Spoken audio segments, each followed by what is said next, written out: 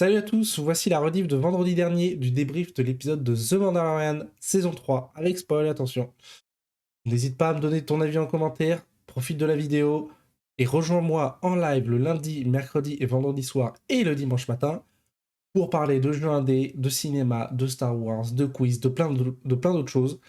Et rejoins aussi les réseaux Insta, Twitter et Discord. Et bien entendu, abonne-toi. Comme ça, c'est parfait. Alors, Cool. épisode 2. Épisode 2, les enfants. Pareil, comme d'hab. Juste votre avis en première intention. En quelques mots. Eh ben, il était très bien. J'ai du mal à m'en Bah, souvenir perso parce que du coup je l'ai maté il y a une semaine et j'ai pas eu le temps de le remater enfin c'est pas que j'ai Oui. pas eu le temps mais j'ai pas eu l'énergie tu vois. Oui, non, mais après, d'accord. juste s'en souvenir. C'est comme il n'y a, y a pas Ouais. très loin, c'est maximum 10 jours. Ça va. Oui, oui. Bah, moi, ce que j'ai fait, c'est que j'ai scrollé sur la bande hein, pour le voir en petit, Oui. pour essayer de m'en souvenir. Mais non, non, très bon épisode aussi. Bah, Standard aventure. Franchement, bien. voilà. Mais moi, c'est ce que je fais aussi. Hein. De toute façon, quand je les regarde le mercredi, quand ça sort. Soit le matin si je suis chaud ou après ma journée. Mais de toute façon, pour écrire mes débriefs et écrire tout ce que j'ai à noter, je le regarde, mais pas en vrai. Je le regarde en speed, tu vois. Ouais. Je fais ça assez vite. Donc je regarde en diagonale et après je vais fouiller des infos. Et pour l'épisode 3, j'en ai une tripotée d'infos. Donc, mais pour l'épisode 2, Ouais. moi j'ai beaucoup aimé aussi. J'ai beaucoup aimé l'épisode 2 qui, on va dire, a pris le contre-pied total de tout ce qu'on avait dit pour l'épisode 1. Donc ça, j'ai beaucoup apprécié.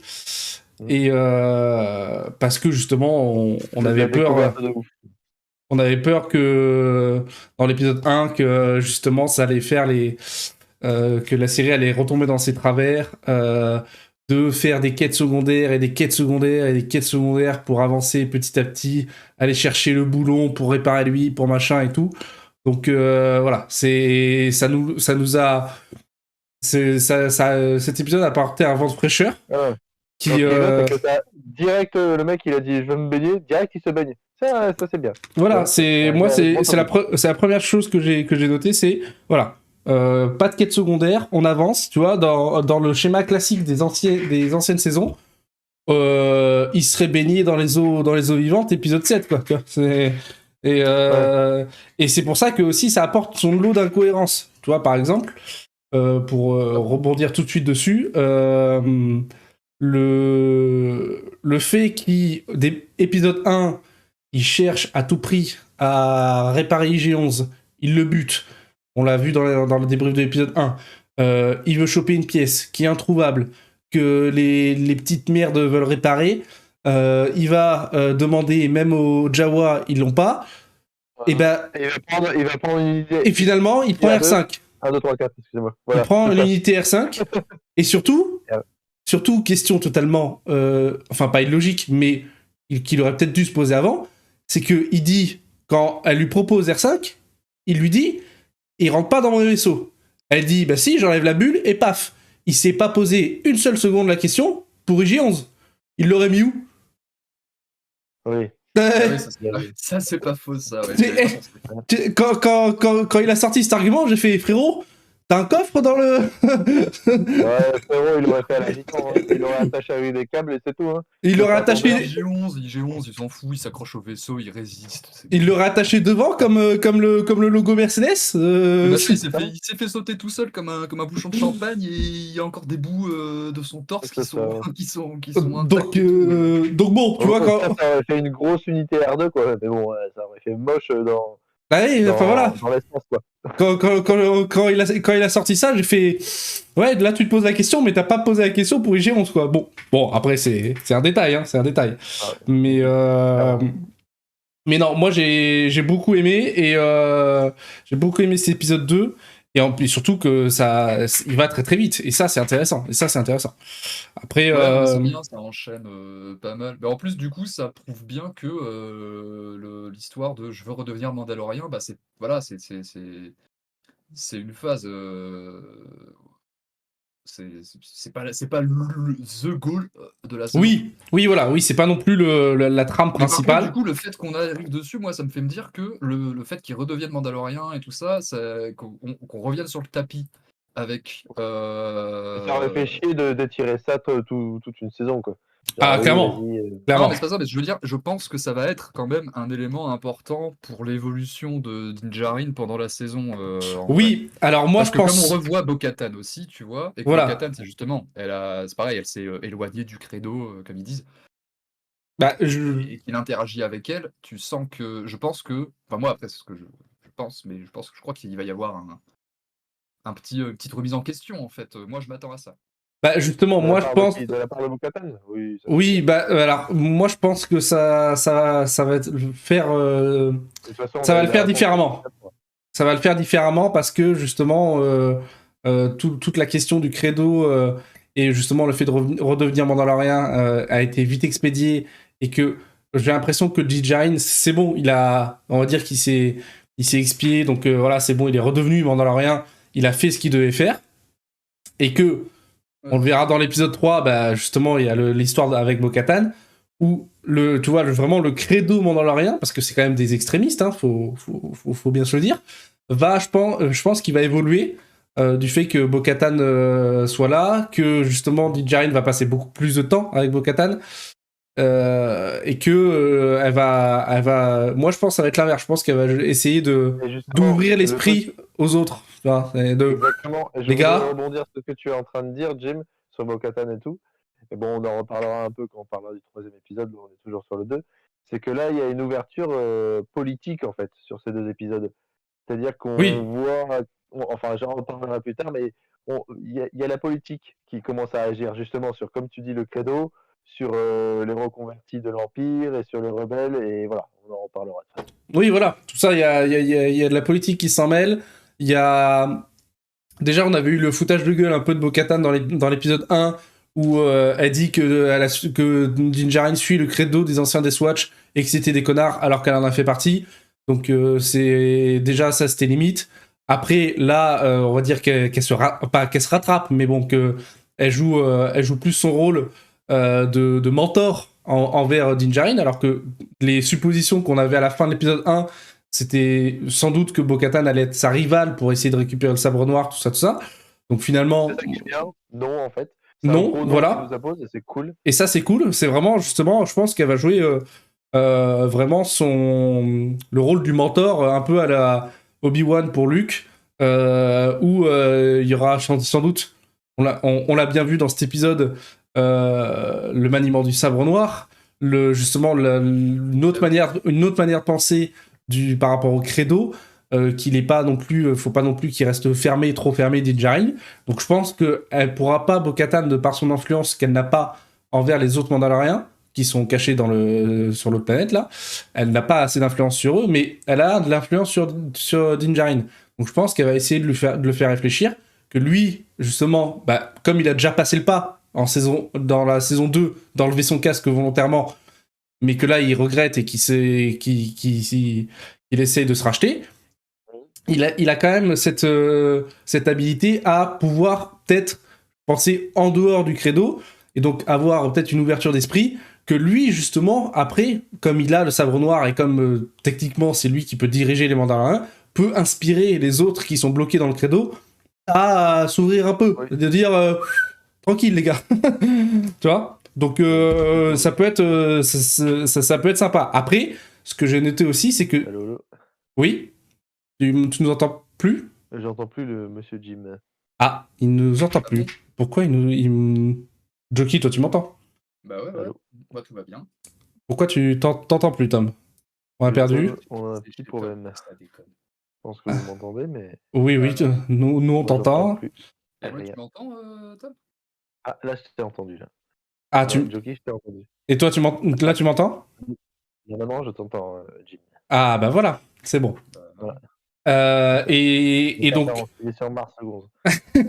et donc juste pour finir justement avec ce trait de Bo-Katan, enfin, moi, c'est une supposition, ça n'engage que moi, que si justement elle devient l'image du mentor qui avait guidé justement Din Djarin dans son évolution. On sait très bien que Star Wars et la construction scénaristique de Star Wars est très liée au mythe du héros, et que techniquement, c'est un duel avec les Sith et les voilà. Jedi. Oui, non, mais voilà. Après la création du mythe du héros pour la trilogie originale, la prélogie, enfin voilà, c'est la même dans le Seigneur des Anneaux, dans Harry Potter, dans toutes les sagas. Le mythe du héros, c'est classique, c'est simple, c'est facile. Mais Star Wars, il est très attaché. Et je me dis que si Bo-Katan prend ce rôle-là de mentor au lieu de rival, et ben en attachement, donc on va s'attacher émotionnellement. Donc en plus, on voit on a vu que dans l'épisode 3, Bo-Katan est beaucoup plus présente. Donc je pense, c'est une supposition, que à la fin de la saison, elle va mourir. Elle va mourir. Le mentor meurt à la fin, comme Obi-Wan, à la fin de Star Wars épisode 4. Enfin voilà, c'est dans la construction classique du mythe du héros, le mentor doit mourir. Donc, moi, je veux pas voir Bo-Katan mourir. Donc après c'est qu'une supposition. Et ce qui contredit ma supposition, ça va te plaire, Joki, c'est que techniquement Bo-Katan, on en aura aussi. Et ça, c'est pas mal du tout. C'est que non. Un petit drip comme ça. C'est qu'on on aura besoin de Bo-Katan dans la série Ahsoka. Il sort en fin d'année. Donc techniquement, ils vont pas la faire mourir. Peut-être qu'il la feront mourir dans la série Ahsoka.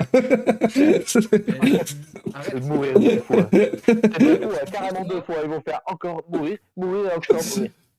Non, parce qu'en plus, c'est con, parce que moi, je voulais rebondir sur un truc par rapport à Bo-Katan, c'est que tu disais que du coup, va sûrement avoir une influence sur l'évolution de Din Djarin.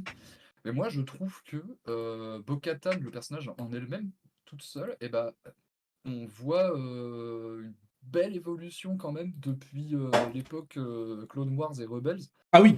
Parce qu'à l'époque, c'était quand même une pile électrique, c'était une boule de nerfs, et maintenant, elle a paumé le sabre noir, et elle aide quand même le mec qui le possède, alors que dans le fond, elle veut quand même le récupérer au final pour rediriger son peuple et recréer la civilisation mandalorienne et tout. Tu vois, oui. Rêve, un peu. Oui. Quelque part, elle s'est vachement assagie, je trouve, et moi, j'aime beaucoup.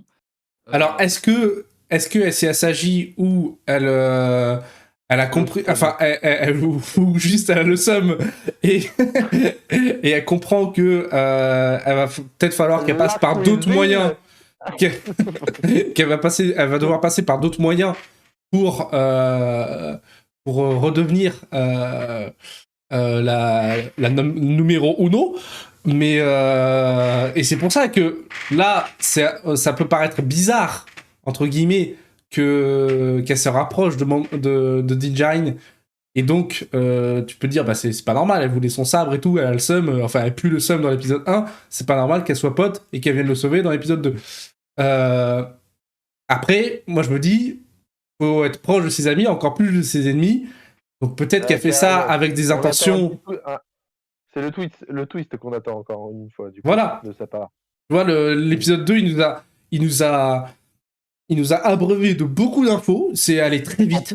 En plus, elle manie bien le sabre noir, si je me souviens bien. C'est ça, c'est que justement, dans l'épisode 2, il y a beaucoup de choses. Dans l'épisode 2, on la voit manier le sabre noir beaucoup mieux. Mieux que Din Djarin. Ah, mais beaucoup mieux.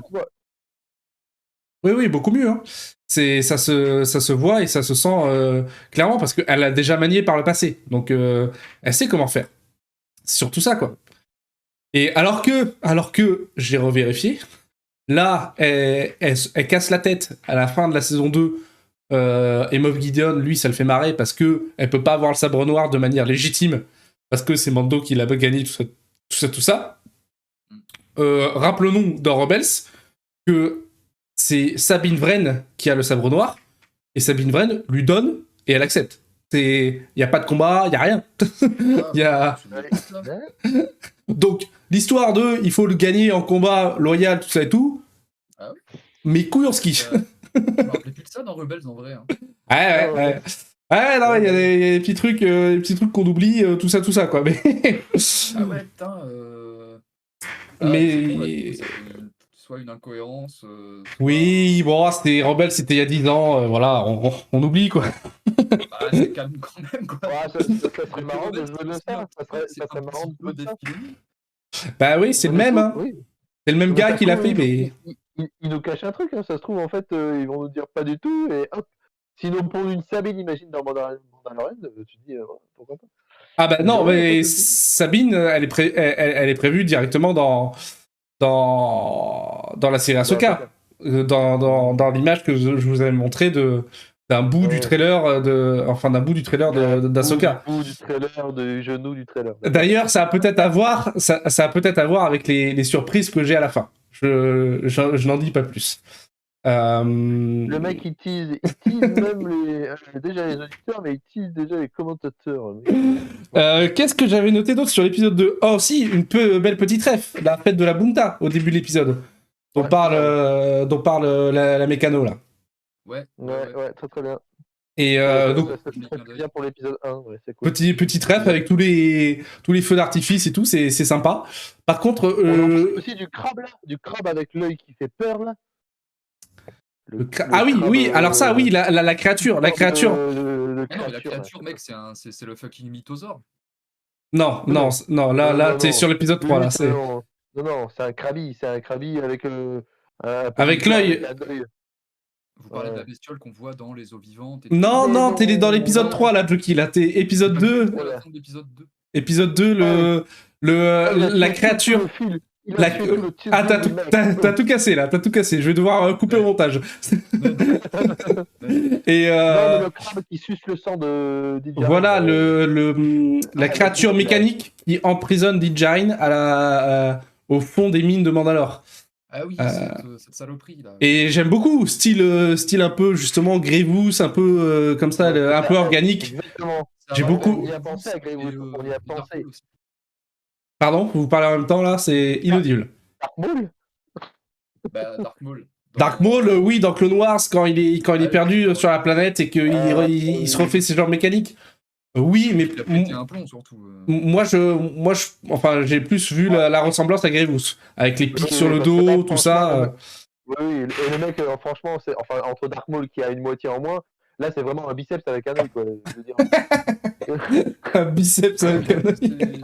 C'est très funky comme truc, tu vois. Non, mais moi, j'ai beaucoup aimé. Là, un peu, justement, avec le fait qu'il change de support à chaque fois, de corps, qui peut intervertir. Et en plus, vraiment pas du tout droïde clean, vraiment un peu steampunk dégueulasse, un peu avec le truc à la vapeur. Si vous ne tirez pas la chasse ces enfants pendant 3 semaines, voilà ce qui ressort. Alors du coup, attention. C'est vrai que ça fait un peu horreur steampunk et tout, c'est cool, ça fait des mix de genres dans la série, c'est rare. Mais j'ai bien aimé. Après, j'ai trouvé ça illogique qu'il l'accroche à une broche encore dans son armure. Je sais pas comment il veut le cuire, peut-être à l'étouffer, mais c'est. Il n'y a pas de feu, surtout en bas, il n'y a pas de feu, alors pourquoi il y a des non, mais c'est pas une broche en vrai, c'est juste. C'est une prison horizontale. Mais voilà, c'est con. Tu l'accroches à une chaise, le gonze, et voilà, c'est fini. Non, le mec, il le met dans un panini et il veut le faire tourner, il a oublié le feu. Écoute, c'est une autre galaxie, c'est une autre culture. Okay. Ouais, voilà, on ne juge pas, hein. C'est. Après, ce que je voulais dire aussi sur le tout début de l'épisode, parce qu'il s'ouvre sur Tatooine. Donc là, au tout début de l'épisode, moi j'ai eu peur qu'on aille à nouveau sur Tatooine et qu'à nouveau on perd du temps sur Tatooine, comme dans la saison 2. Après, peut-être qu'on y retourne. Les autres crétins en bicyclette de Boba Fett. Là. Et peut-être qu'on y retournera parce que justement il y a eu mention de Boba et peut-être qu'on verra Boba dans la saison 3. Comme justement on a vu Din Djarin dans la série de Boba. Bon, c'est 2 poids 2 mesures parce que les 2 séries ne se valent pas, mais sans être méchant. Mais voilà. Donc peut-être qu'on verra Boba et peut-être que Din Djarin aura besoin de Boba pour X ou Y raison à un moment donné. Ouais, pour que les choses soient faites. Voilà. Donc après, moi j'ai trouvé cet épisode a récompensé encore plus les fans quand justement Din Djarin et Grogu arrivent sur Mandalore, parce que ceux qui n'ont pas vu Rebels et Clone Wars, c'est la première fois qu'ils voient Mandalore. Et là, ceux qui ont vu les séries, ça régale parce que nous, on sait à quoi ça ressemblait avant. Oui. On voit la différence, la destruction. Et Ça fait vraiment, magnifique, hein. là, je l'ai déjà dit pour l'épisode 1, je le redis encore une fois, bordel de merde, les effets spéciaux sont magnifiques. C'est digne d'un film. Ils ont passé un gap Calme de sur les gros fou. mots aussi, hein, parce qu'il y a des gens, des jeunes publics qui écoutent ton podcast alors que t'es Non, mais ils ont passé un gap en termes d'effets spéciaux, c'est fou. C'est fou, comparé à la saison 2 et à la saison 1, où ils mettent beaucoup plus de budget, ça se sent. Ça se sent qu'ils mettent beaucoup plus de budget dans cette série que, par exemple, dans Obi-Wan ou dans Boba Fett, ce qui est dommage. Mais après, bah, on met plus d'argent là où ça marche, hein, c'est normal. Vraiment, le résultat est là, quoi. C'est vraiment beau quand on voit l'arrivée sur Mandalore. C'est vraiment cool. Bon, sauf Les trolls transgéniques aussi, on en voilà, parle là, avec les trois œufs verts. sauf les alamites, comme ils les appellent. C'est nouveau. J'ai regardé, j'ai essayé de me renseigner. C'est nouveau, ça n'existait pas avant.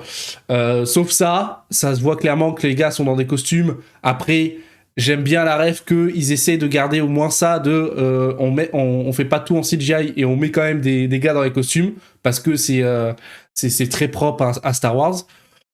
Donc bon, à part ça, ouais, les effets spéciaux sont beaux. Il y a que ces glandus qui Ouais, puis en vrai, en plus, ça va, ils sont pas dégueulasses, quoi. Oui, mais ça se voit que c'est des costumes, quoi. Ça se voit que c'est des costumes et que Ouais, mais voilà, comme tu ah. disais, c'est propre à Star Wars, et puis non, mais c'est C'est le côté kitsch de Star Wars. T'as trop de super productions qui dégueulent de CGI dans tous les sens, qui sont immondes.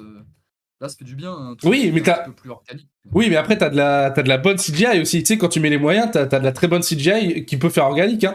Exemple. Ouais, c'est les trolls qui ont mangé la mauvaise banane qui était transgénique après le bombardement, quoi. Les qui sont pas contents, ils voient un truc bouger. Allez hop, C'est Et- bien, et que bah, ce soit des bestioles qu'on n'ait jamais vues nulle part ailleurs et tout. Oui, non, mais oui. Tu te dis, c'est quand même toute une galaxie. Ça ferait bizarre de croiser vraiment tout le temps les mêmes bestioles partout alors qu'on Oui, bien visite sûr. Oui, oui, non, mais je suis d'accord, je suis d'accord. Et déjà que on s'accorde tous sur le fait que tout le monde parle la même langue à travers plusieurs planètes, tu vois, le basique. Mais et en plus, voilà, on a choisi un nom pour cette langue le plus simple possible. Donc, mais non, tu vois, donc oui, ça fait partie du kitsch de Star Wars d'avoir des costumes, ça et tout. Mais pour rebondir sur ce que tu dis, on fait de la CGI organique incroyable. Avatar 2, il met une tempête à tous les films avec de la CGI. Hein, il les fume tous. Hein, il a 10 ans d'avance, le film. Hein. Donc, tu peux faire de l'organique très très propre avec de la CGI. Hein. Ouais, mais le budget d'Avatar 2, c'est pas le même que le budget de The Mandalorian, tu vois. Oui, mais c'est Disney, Ouais. c'est Disney tout pareil. Tu vois, donc ça peut être, ça peut être les mêmes équipes s'ils le veulent. Mais c'est Ouais, pas le de même toute budget. façon, je sais pas Si, s'ils auront s'ils le le budget veulent. pour le Avatar 3, hein, vu comment il a marché, les couilles, hein. Hein Désolé pour le... Avatar 2, il a super bien marché. Il est quatrième dans les films qui ont le mieux marché au monde. Ah Il ouais est, mais Ouais. il est passé devant Avengers Infinity War. Donc ça veut dire que sur les quatre films qui ont le mieux marché de toute l'histoire du cinéma, James Cameron, il en a 3. Voilà. Il avait numéro 1, Avatar. Titanic. Numéro 2, premier Avatar. Numéro 3, Avengers, le dernier.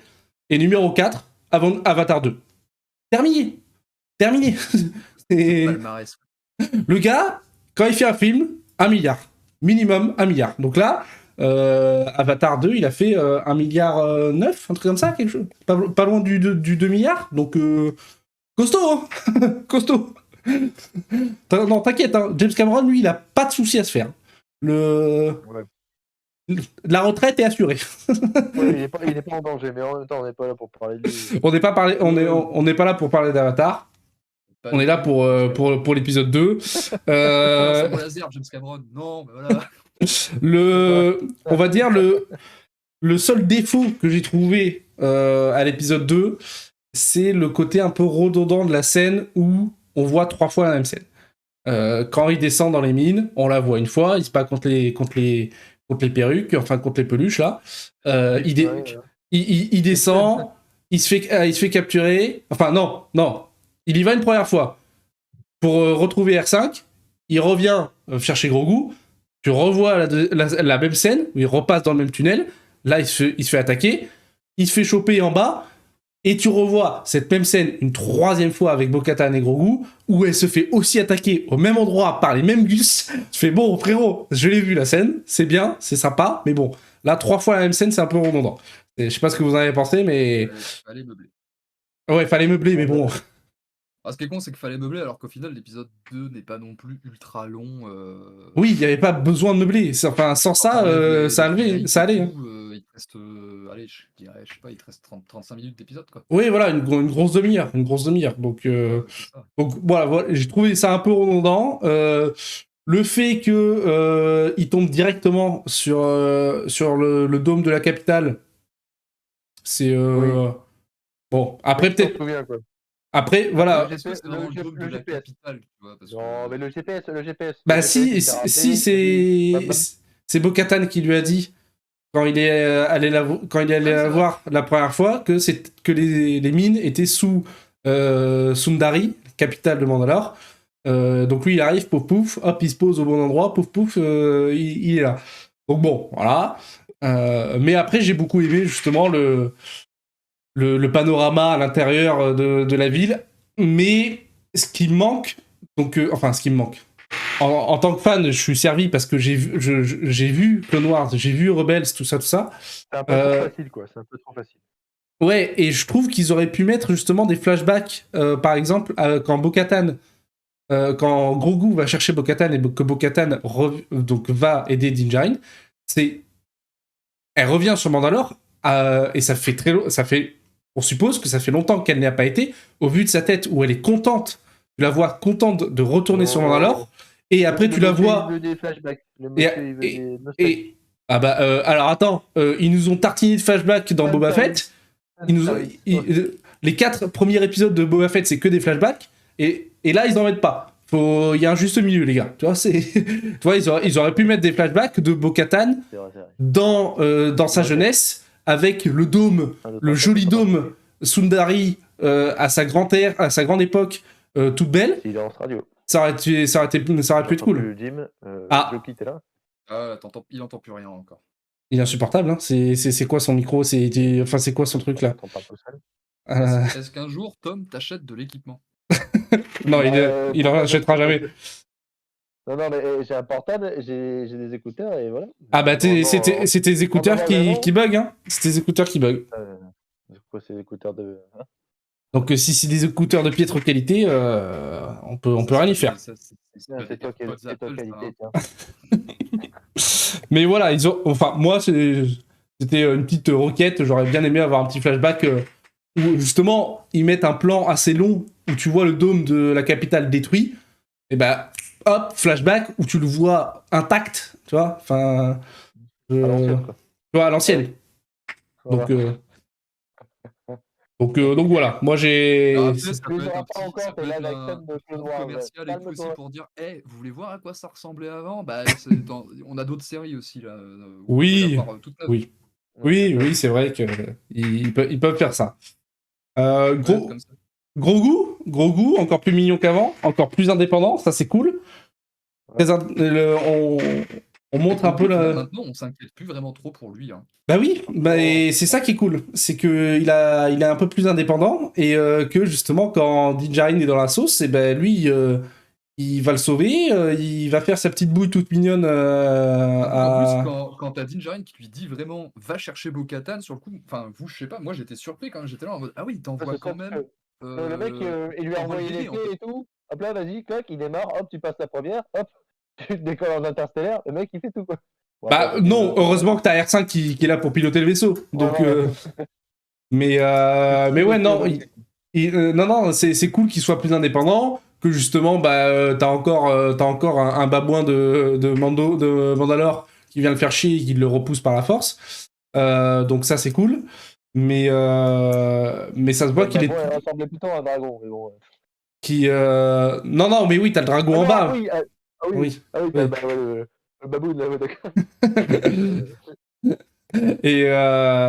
Et voilà, ça confirme les dires de Jon Favreau et de Dave Filoni que justement, il a passé 2 ans avec Luke avant de revenir avec Din Djarin. Ce que les gars avaient lâché avant la sortie de la saison 3. Donc voilà, il est plus à l'aise avec la force. Je me rappelle même à l'époque, on avait une question, quand il n'y avait pas encore cette saison de sortie, on s'est dit, mais quand Luke a vrillé avec ses apprentis et ce qui a fait Kylo Ren et tout ça, on s'est dit, mais où Grogu a été mis dans ce truc? Et là, en fait, maintenant, on le sait. On le sait que Grogu, il a eu une formation express par Luke.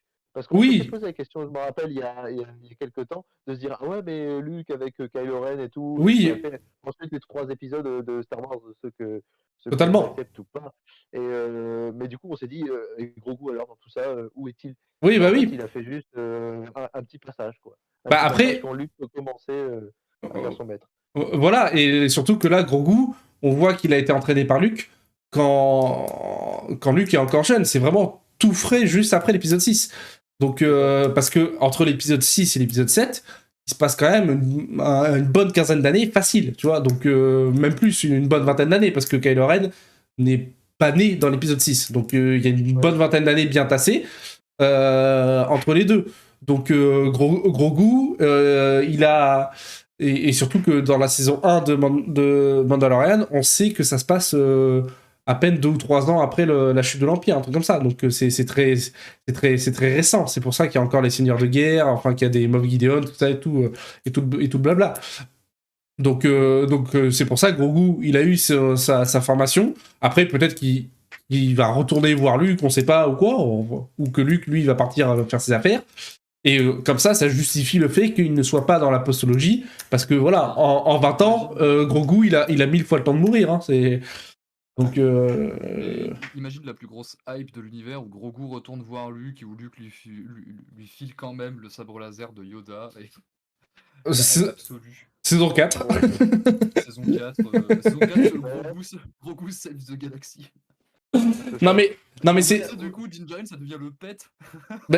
c'est ça qui est bien en fait, c'est ça que j'ai bien aimé dans l'épisode 2, que quand justement Grogu est un peu plus indépendant et que il a pu, enfin c'est pas qu'il a plus trop besoin de Din Djarin pour sa sécurité, mais voilà, il peut se défendre un peu tout seul, et que ça amorce le fait qu'au bout d'un moment ils vont devoir pas se séparer, mais que ils vont devoir peut-être faire leur vie chacun de leur côté, ou que même si Mando il meurt, au moins Grogu il sera préparé et qu'il pourra se défendre, parce que Grogu va lui survivre. Techniquement, le gars il a 50 ans, c'est un bébé, donc le calcul est vite fait.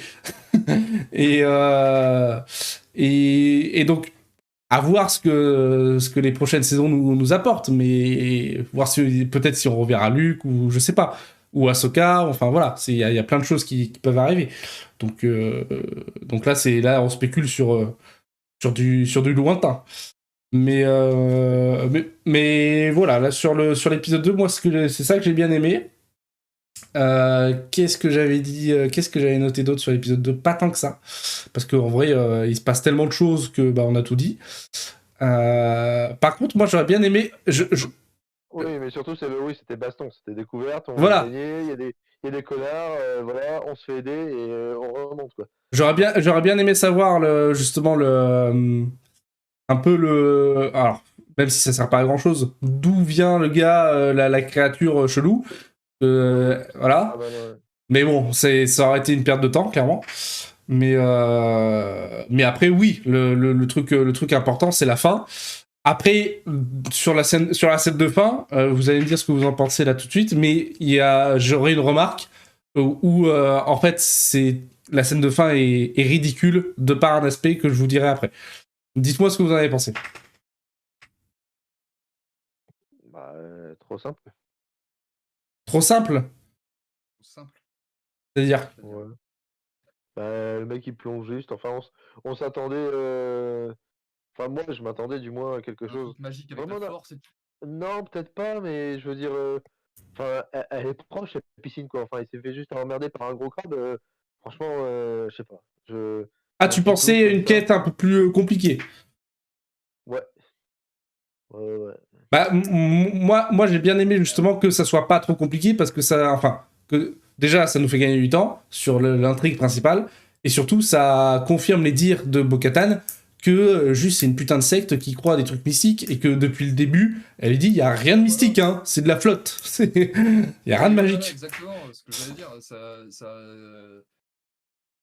tout le délire qu'on se monte dans la tête, même nous en tant que spectateurs, c'est surtout parce que les mecs qu'on suit, c'est comme tu dis, Jim, c'est des gars, ils sont matrixés en vrai. Oui, c'est ça. Il y a des trucs extraordinaires qui vont se passer et tout, alors que niquez vos mères en fait, c'est un truc de. Et- Ça flotte dans une mine. Quoi. Voilà, et le truc gaguesque un peu de cette scène, c'est que quand tu vois justement Dinjarin descendre l'escalier en faisant sa prière là, et qui coule comme un idiot, c'est qu'en fait, à cause des bombardements de l'Empire, le sol des eaux vivantes s'est effondré. Normalement, tu es à pied tout le long. C'est pour ça qu'il avançait de manière confiante. Et en fait, Ouais. il ne tombe pas dans... Enfin, quand il tombe dans l'eau, il ne se fait pas attirer par quelque chose. C'est juste le poids de son armure, il coule. C'est juste débile à ce point. Et Bo-Katan plonge le sauver parce qu'elle l'a vu poser son réacteur dorsal. C'est tout. C'est aussi con que ça. Parce que, justement, ça a été confirmé, hein, c'est pas une supposition. Ça a été confirmé que, justement, normalement, il doit y avoir un sol où tu peux te balader à pied dans les eaux vivantes pour, justement, le credo, le machin, tu fais trempette, tout va bien. Et juste, il a descendu une marche, 2 marches, 3 marches, il a pas vu la dernière, son armure, elle est en métal, donc il coule, quoi. Il coule bien vite, hein, quand même. Enfin, je veux dire... Mais bon, on sait pas plus trop combien ça pèse, hein, une armure en pescar. Oui, on connaît... Enfin voilà, mais il y a X ou Y raison. Et surtout que il y a aucune... Surtout, au début, quand tu vois la scène, t'as l'impression que quelqu'un... Il était projeté dans l'eau, quoi. Non, mais t'as l'impression que quelque chose l'attire, qu'une bête le prend, mais en soi, quand tu revois la scène, il y a aucune preuve qu'il y a rien qui l'attire en bas. C'est juste qu'il coule comme un couillon. Mais moi, en regardant la scène, je me suis dit, ah tiens, là, il y avait un trou. Voilà, c'est ça. Oui, non, mais tu vois, non, mais parce que tu... Par contre, au début, je me suis dit, ah, mais attends, en fait, ça doit faire partie du délire, en fait, tu vois, que les mecs, ils doivent descendre. Bah non. Et en vrai, ils sont censés, tu vois, tomber, et peut-être genre... sortir du... Non, mais je me suis dit peut-être qu'en fait, le vrai délire, c'est qu'il faut sortir du truc pour prouver que t'es un vrai et tout. Faut quand même d'abord que tu te noies. Je sais pas, c'est des Mandaloriens, les mecs, c'est des fucking guerriers. Ça serait pas étonnant en fait qu'ils aient des rites à base de soit. Alors tu mets une grosse claque au kraken et tu reviens. Mais non, mais en fait, justement, est-ce qu'on en parle du coup de Et le twist de ce deuxième épisode, qui est incroyable. Déjà, premier épisode, on a eu les Purgils, et là, deuxième épisode, on a une autre bête légendaire, le mythosaure, que les Mandaloriens arborent comme... Déjà, comment il s'appelle? Comme... justement, la tête du mythosaure, c'est l'emblème de tous les Mandaloriens, parce que justement, pour eux, c'est une bête millénaire, enfin légendaire, je veux dire, qui est éteinte et disparue depuis des milliers d'années. Donc c'est pour ça que la teuté de Bo-Katan, elle est en mode what? Tu vois? Et il y a que Bo-Katan qui l'a vu. Alors oui, mais c'est ça. Et en fait, c'est que c'est tellement irréel. Voilà. Parce que justement, en plus, pour aider le spectateur, pour le spectateur débile, elle lit la plaque juste avant de dire c'est dans ces eaux vivantes que soi-disant il y a le mythosaure. Parce que c'est juste une légende pour tous les Mandaloriens depuis des millénaires. Genre, la dernière fois qu'un Mandalorien en a vu un, c'était les tout premiers. C'était il y a des milliers d'années. Donc voilà, c'est comme nous, la licorne ou le Loch Ness. C'est jamais on le voit. Non, mais c'est vrai. Mais en fait, moi, c'est pour ça que je kiffe la fin. La fin de l'épisode 2, je la trouve trop bien, juste pour ça, parce que ça veut dire le fait qu'il y a un mythosaure vivant dans les eaux vivantes, ça fait con de dire ça comme ça, mais... Oui. Mais c'est ultra lourd de sens, je pense, parce que du coup, ça veut dire Bo-Katan, elle, entre ses mains, là, et qui renvoie directement au troisième épisode. Mais non, mais elle a ce pour foutre en l'air toutes les croyances des héritiers de la Death Watch et tout, parce que les mecs... Voilà, ça, on va en parler justement, on va enchaîner sur l'épisode 3 pour parler de ça. Au même moment à la fin, elle regarde le truc et elle regarde le crâne. Et le crâne, c'est le fameux crâne. Ouais, non, mais voilà, c'est ça. C'est l'emblème de tout les Mandaloriens, et après, ils ont leur emblème, on va dire, de plusieurs familles, tout ça et tout. Mais Ouah, c'est un signe. non, non, c'est pas une pétasse. C'est pas une pétasse de 15 ans qui monte son cul sur Instagram. Hein, Non, mais je rigole, je rigole. Mais dans sa tête, t'arrives à dire non, mais tu te dis, oh putain, j'ai vu le mythosaure, paf, je me refais accepter, paf, tranquille, tape sur l'épaule, ouais, c'est cool. Le mythosaure, t'inquiète, je t'ai vu dans l'eau, maintenant t'as un crâne. Allez, vas-y, frérot, c'est qui le chef ici? Ben voilà.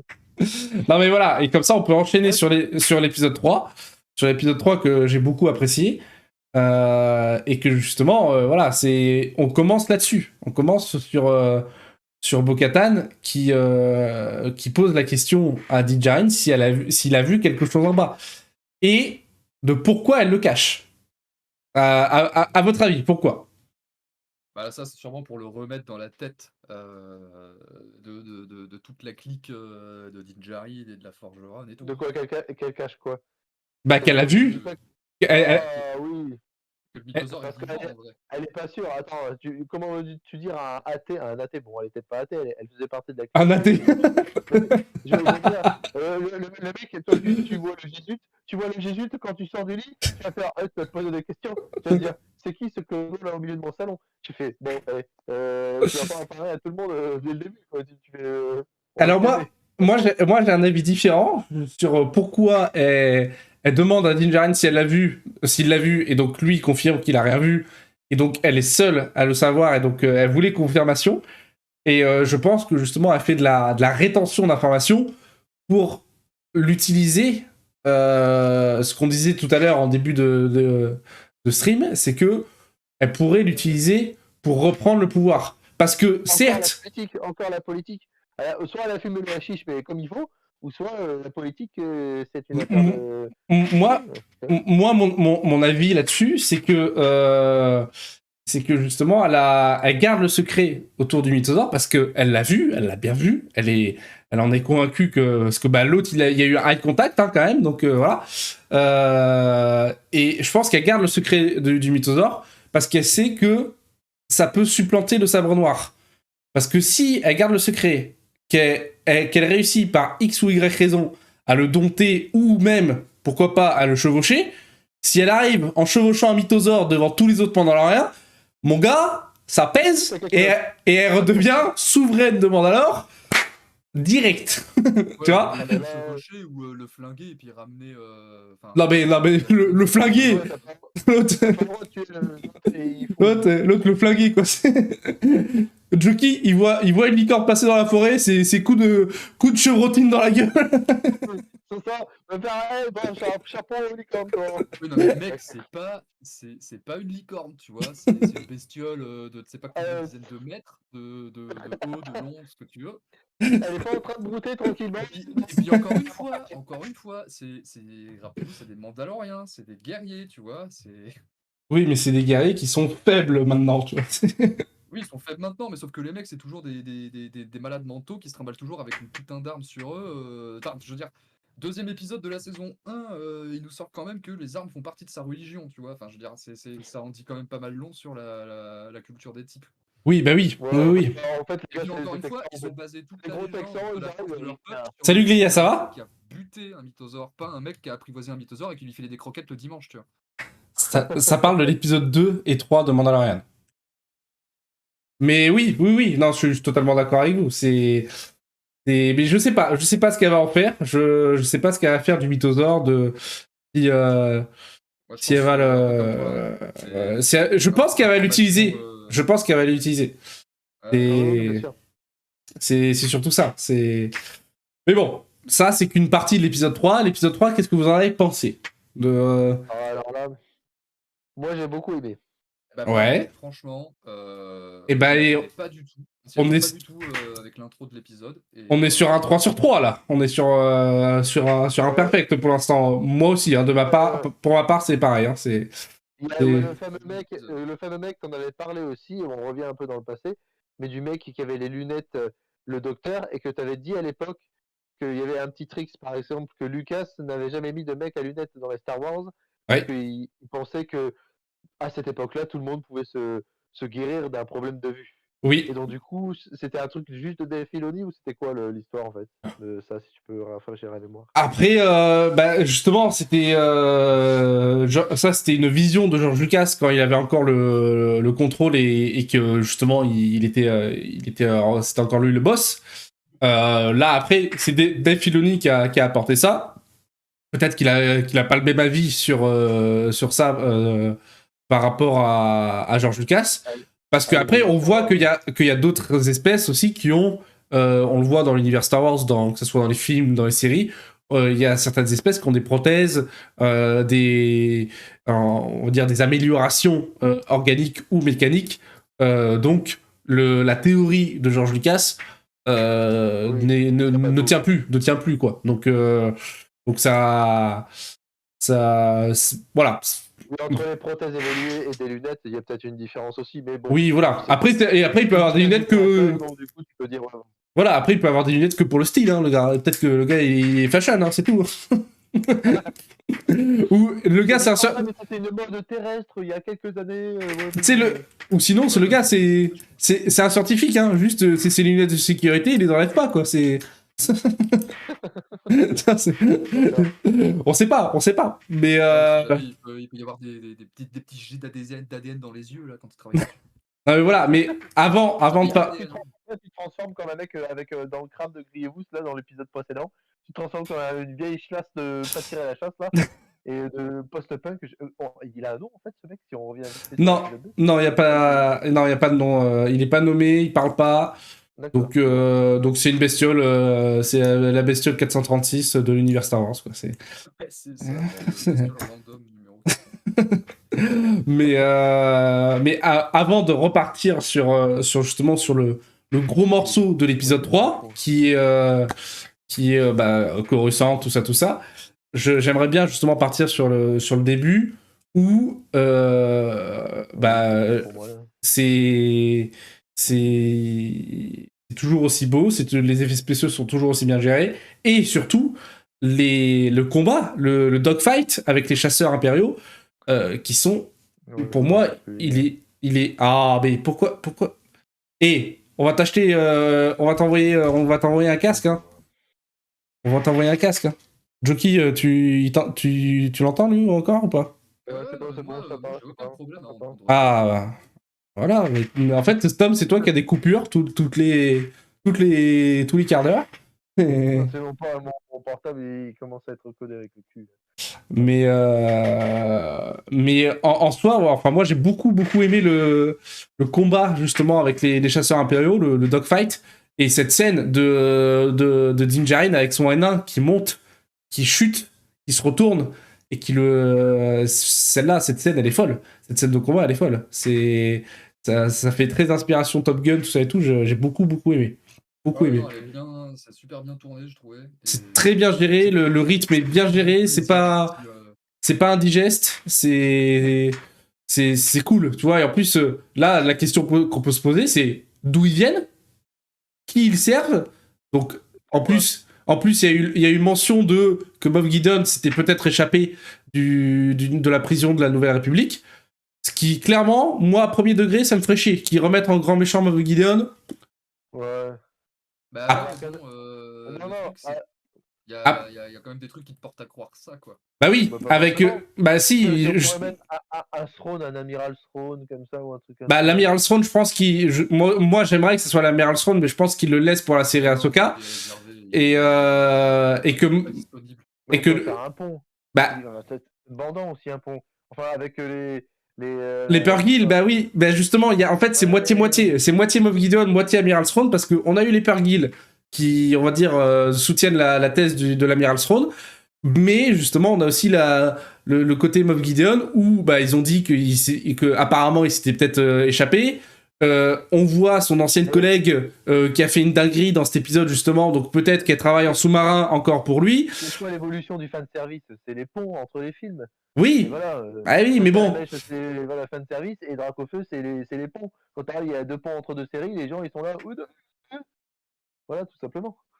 Là, ouais, mais. On peut dire cette théorie. Mais peut-être à l'Amiral Throne. peut-être Moff Gideon. Moi, j'aimerais plus Amiral Throne, mais après, le choix logique, ça serait Moff Gideon parce que ça serait moins cher. Voilà, ça serait remettre des trucs, ça serait un peu. Mais et Joker a raison. L'Amiral Throne est quand même, je pense, réservé à Ahsoka. Donc,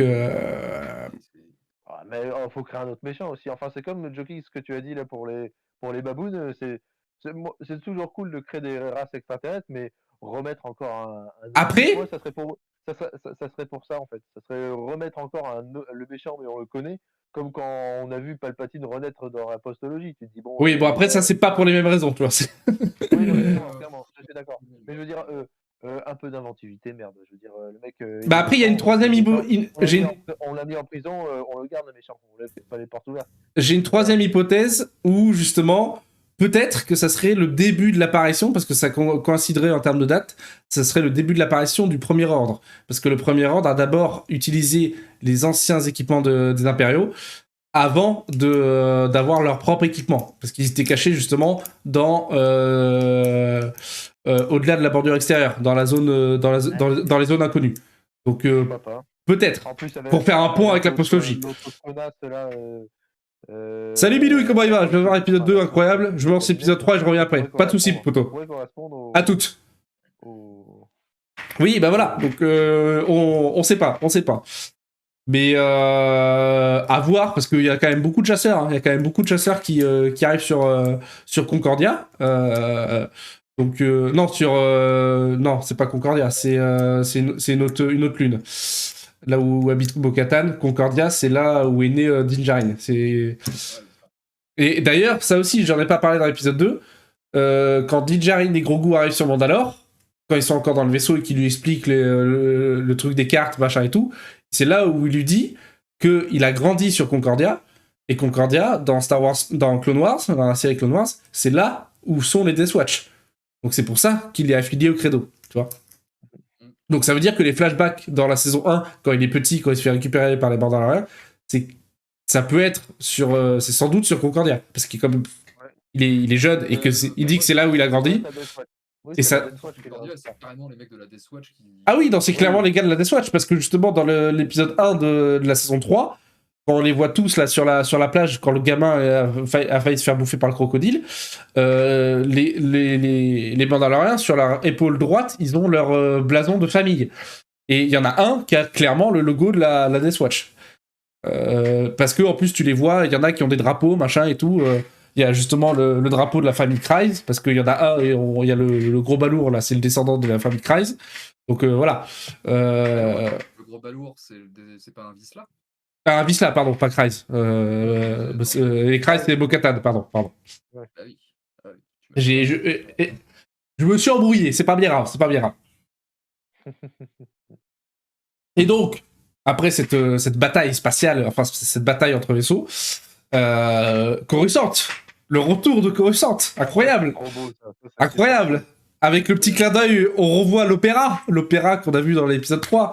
C'est trop cool, c'est trop cool. Moi j'ai beaucoup aimé. C'est super important. Oui. On l'a beaucoup vu dans la prélogie et enfin on la revoit un peu. Surtout on l'a jamais vu dans la trilogie originelle, donc du coup c'est bien de la voir juste après. Enfin 2 ans après les événements du 6. Oui, voilà, c'est ça, oui. Voilà, on se rend bien compte que elle a pas bougé. Hein. Bah voilà, bah oui, elle a pas bougé. Bah c'est quand même la planète capitale. J'aurais bien aimé voir des vestiges de l'Empire. C'est genre vraiment quand l'Empereur a fait des pyramides partout. Ouais, ça aurait été bien d'avoir un petit plan comme ça sur le palais impérial. Sur le palais impérial, oui, voilà, l'ancien temple Jedi, ouais, c'est. Ouais. Ça aurait été pas mal. Mais peut-être qu'il le réserve pour. Oui, peut-être qu'on le reverra et qu'on verra que la Nouvelle République, elle en a refait un truc. Bah, mais surtout que moi j'étais content de voir Coruscant, mais un peu surpris aussi parce que techniquement, Coruscant n'est pas la capitale de la Nouvelle République, justement c'est Chandrila et après Ostine Prime, et où justement Chandrila c'est la planète qui se fait pulvériser dans le set, et après c'est Ostine Prime. Donc pourquoi choisir Coruscant? Bon, parce que c'est l'affect, tout ça, on la connaît, machin, c'est cool. Mais c'est pas, enfin techniquement, c'est pas le point central de la Nouvelle République. Donc, ou peut-être que justement, comme là, c'est très, très peu de temps après l'épisode 6, ils sont allés sur Coruscant en attendant de déménager sur une autre planète pour justement voilà, préparer la Nouvelle République sur une planète neutre, on va dire. Parce que c'est ça surtout le souhait de la Nouvelle République dans le canon, de pas revenir sur Coruscant pour pas refaire les erreurs du passé. C'est pour pas être affilié à ça. Et mais après voilà, Coruscant, un régal de la voir, un régal de voir justement comme toi tu dis ça fait longtemps qu'on l'a pas vu, on l'a vu que dans la prélogie et la prélogie voilà, ça va bientôt faire 20 ans qu'elle est sortie. Donc on est content de la revoir et surtout on la revoit on revoit le quotidien de Coruscant. On voit pas justement l'élite, que ce soit les Jedi ou les sénateurs. Bon, on voit quand même le quotidien des riches, hein, parce que on voit que la surface. et à la surface, on sait que c'est les riches. Hein. C'est comme en plus on le voit très bien à l'opéra où tu vois les gens très riches qui sont tellement riches qu'ils ne savent même plus. Ils n'ont que faire de la politique. Ils disent ouais, la République, l'Empire, je m'en fous. Donc ça j'ai bien aimé. Mais voilà, j'ai bien aimé aussi justement voir le quotidien des gens sur Coruscant qu'on n'avait jamais vu. Ouais, c'est vrai que c'est pas mal. Mais encore une fois, ça donne de la profondeur, ça rend l'univers plus organique. Et Oui. Voilà, Et c'est. le souhait d'en parler d'une planète, tu vois tous les robots aux alentours quand le mec il parcourt Coruscant, les robots qui expliquent en fait au mec ce qu'est Coruscant, ils sont très explicatifs. C'est-à-dire qu'ils veulent vraiment faire passer ça pour une planète, pas de second plan, mais une autre planète, quoi. Oui, bah oui, totalement, ouais. La rébellion a fait, ben voilà, Coruscant est une planète qui, elle est comme ci, elle est comme ça, blabli, blabla. Ah oui. Quand ils voient limite Google qui disent, ben tiens, ça c'est Coruscant, et ils vont forcément nous en dire plus, parce que s'ils nous l'introduisent comme ça, ils vont forcément un peu plus la développer. Et même, déjà au héros. En fait, dès qu'ils expliquent quelque chose au héros dans un récit, c'est qu'ils l'expliquent au spectateur et que ça va continuer. Oui, non, mais surtout, de par ce qui se passe dans l'épisode, forcément, on reverra Coruscant. Parce que justement, là, il se passe un truc principal dans l'épisode qui fait qu'on va forcément revoir tout ça. Et que, bah, t'as vu la place que ça prend dans l'épisode, c'est que c'est important et qu'on a hâte de voir la suite. Et en plus, t'as plein de. J'ai bien aimé parce que t'as plein de petites. De petites refs, on va dire, mais pas que des refs à l'univers, on va dire, que les films et les séries. Par exemple, le pic de la montagne qu'on voit au milieu de la place, la montagne qui s'appelle Umat, voilà, la plus haute montagne de la planète. Et j'aime bien aussi le fait que la planète soit une planète ville, mais qu'ils aient gardé une montagne sur tous les étages inférieurs de Coruscant, juste pour voir le pic pour les gens riches, que tu n'es pas le droit de le toucher, tout ça et tout. Et ça, c'est une ref, justement. La dernière fois qu'on en a parlé, c'était il n'y a pas si longtemps que ça, dans les derniers romans qui sont sortis, les romans canons de Star Wars, sortis par Disney, c'est les romans sur la Haute République. Et donc, dans ces romans-là, on en parle, justement parce que la chancelière, parce que à cette époque-là, c'était une chancelière suprême, va s'y recueillir, je sais pas quoi. Elle a le droit de toucher le rocher. Et mais voilà, c'est cool qu'il ne fasse pas que des refs, on va dire, liés au cinéma. C'est aussi, il y a aussi des refs littéraires. Donc ça, c'est parce que justement, c'est aussi pour promouvoir. Ils essayent à mort de vendre tous leurs bouquins là. Ils font énormément de promos là-dessus. Donc, les bouquins sur Star Wars, ouais. De quoi ouais, les bouquins de Star Wars, les romans. Parce que là, justement, ils développent énormément le côté roman et comics, côté Haute République. Donc, ce qui s'est passé avant Star Wars, avant la saga Skywalker. Donc, ça, c'est cool qu'ils mettent une petite ref à ça. Ouais, moi, je me suis dit, moi, je l'avais pas cette ref, je suis allé la chercher et je l'ai vue sur les réseaux. Mais tu vois, je me mets à la place. Je n'ai pas entendu. Bah, la ref, justement, c'est par rapport à la montagne, tu vois. Parce que je me suis mis à la place de ceux qui avaient lu le bouquin et qui regardent l'épisode. Eux, tu vois, c'est comme nous quand on a une rêve de Star Wars Rebels ou Clone Wars, on est content. Donc le gars qui a lu le bouquin, le roman, il fait, bah, il est récompensé lui aussi. Oui, bien sûr, mais c'est fou d'ailleurs. C'est-à-dire que le haut de la montagne, c'est-à-dire que tout le bas de la montagne qui est forcément plus large et tout ça, c'est-à-dire Ah que bah les oui. pauvres sont obligés de se caler. Ah oui. Bah, et surtout qu'il y a une théorie aussi. Alors cette théorie, je sais pas si elle est canon ou pas. Ou enfin, je pense qu'elle est légende, mais qu'elle est pas canon. Que le temple Jedi aussi est construit sur le haut d'une montagne où tu peux voir le bout de la montagne à l'intérieur et que le bout de la montagne est pile sous la flèche principale du temple Jedi. Parce que justement, tu avais des images d'un plan de coupe du temple Jedi où tu avais la montagne qui était au milieu, tu vois. Donc bon, après ça, je sais pas si c'est vérifié ou pas, mais voilà. Mais j'ai trouvé ça sympa, justement, qu'il fasse des Alors, en petites vrai, refs. ça serait pas étonnant hein, pour le coup du temple Jedi et tout, parce que Bah, le temple Jedi, déjà qu'il est construit sur un ancien site, enfin, un ancien temple site, pardon, voilà, oui, voilà, c'est ça. Sur un ancien site, sur un ancien temple site, enfin, un point de convergence de la force et du côté obscur, et le temple a été construit dessus pour l'atténuer. Donc, et c'est pour ça que aussi Palpatine a fait du temple Jedi ses quartiers privés. De un, pour affirmer son statut de gagnant face aux Jedi, et de c'est deux... vraiment pour les insulter de ouf. Hein, c'est Oui, vraiment voilà, ça. c'est ça. Mais bon, il est un peu débile, hein, parce il les tue tous, et après il se met là-bas. Donc il fait, bon, vous êtes plus là pour le voir, mais j'ai gagné, quoi. Non, mais je trouve ça cool que justement il ait fait ça malgré qu'il n'y ait plus de Jedi. C'est vraiment le mec. Oui, Tu sens qu'il il est. en a plus rien à foutre. Ouais, C'est l'égocentrisme Pur, poussé à l'extrême. Le mec, c'est il a ça. plus rien à carrer, comme ça en mode. Bah, je veux. c'est ça. Le mec, c'est un Tous les vieillard, soirs, il se balade en pyjama partout et il s'en fout. il se paluche au toit du temple en disant ah, je vous ai tous niqués. Voilà. À tous les coups.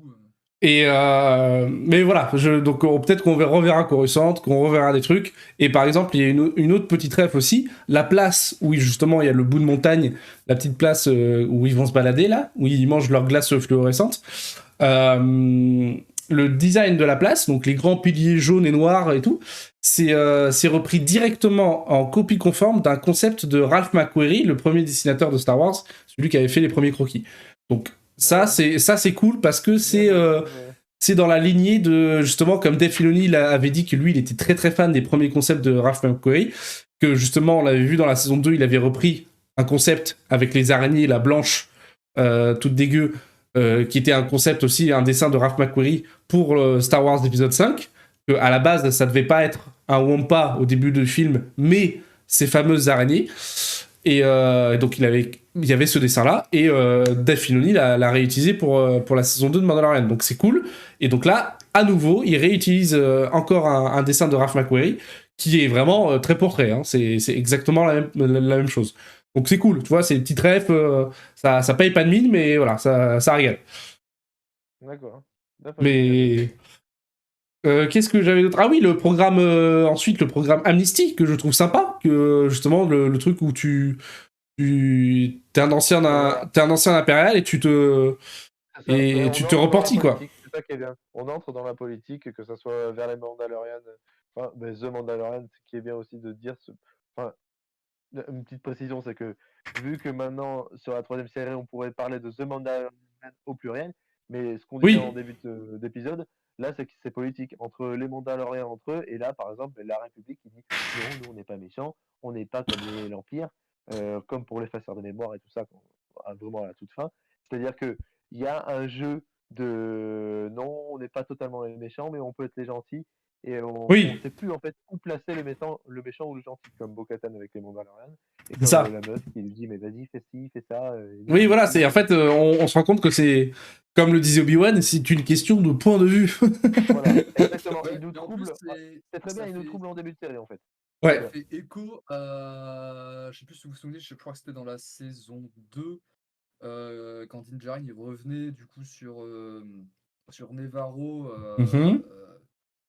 Et je crois que c'était dans l'épisode justement où ils terminaient dans le pseudo, le complexe impérial et tout, où ils faisaient leurs recherches justement. Ouais. Et je me souviens plus quel personnage, je crois que c'était un personnage random du PIF, qui faisait une référence au fait que Empire, Nouvelle République, pour eux, c'était voilà, ça n'avait pas vraiment trop changé quoi. En mode, je trouve que ça Oui, fait un peu écho à ça. oui, Et là, oui, ça. Oui, voilà, Il y a des travers, en fait, tu vois. oui, voilà, qu'importe le régime en place, ils feront toujours un peu ce qu'ils veulent, pardon. Mais ça, enfin, moi, je le prends dans l'autre sens où, comme dans la saison 2, bah, c'était Moff Gideon, on va dire, justement, qui lui dirigeait toute sa troupe impériale, parce que ça correspond à la chute de l'Empire, où en fait, chaque, on va dire, haut placé dans l'Empire, comme Moff Gideon, est devenu, on va dire, un chef de guerre et juste garde ses troupes et fait ce qu'il veut, et est indépendant. Donc c'est pour ça aussi Mais qu'il là, ce qui dit est mieux dans cette Empire saison, ou Nouvelle République, il s'en fout. non, mais ce qui est mieux dans cette troisième saison, c'est que, à part ça, c'est que au lieu de dire qu'il y a les méchants, les gentils, général méchant ou général gentil, et que tous les pectos qui sont à la bordure extérieure, ben ouais, c'est des gitans, de toute façon, pour eux, ça change rien. Là, ce qui est bien, c'est de dire, ben, ah, il y a les rebelles à Coruscant, mais ils utilisent aussi un effaceur de mémoire. Mais non, mais nous, on met une étiquette, c'est gentil dessus. Oui, voilà, Les c'est gars de ça. Ouais, l'Empire, voilà. non, mais les gars de l'Empire, ils sont reconvertis, mais t'as vu, ils savent boire des verres entre eux et être rigolos. C'est pas juste des mecs avec des costumes Dior ou des costumes nazis.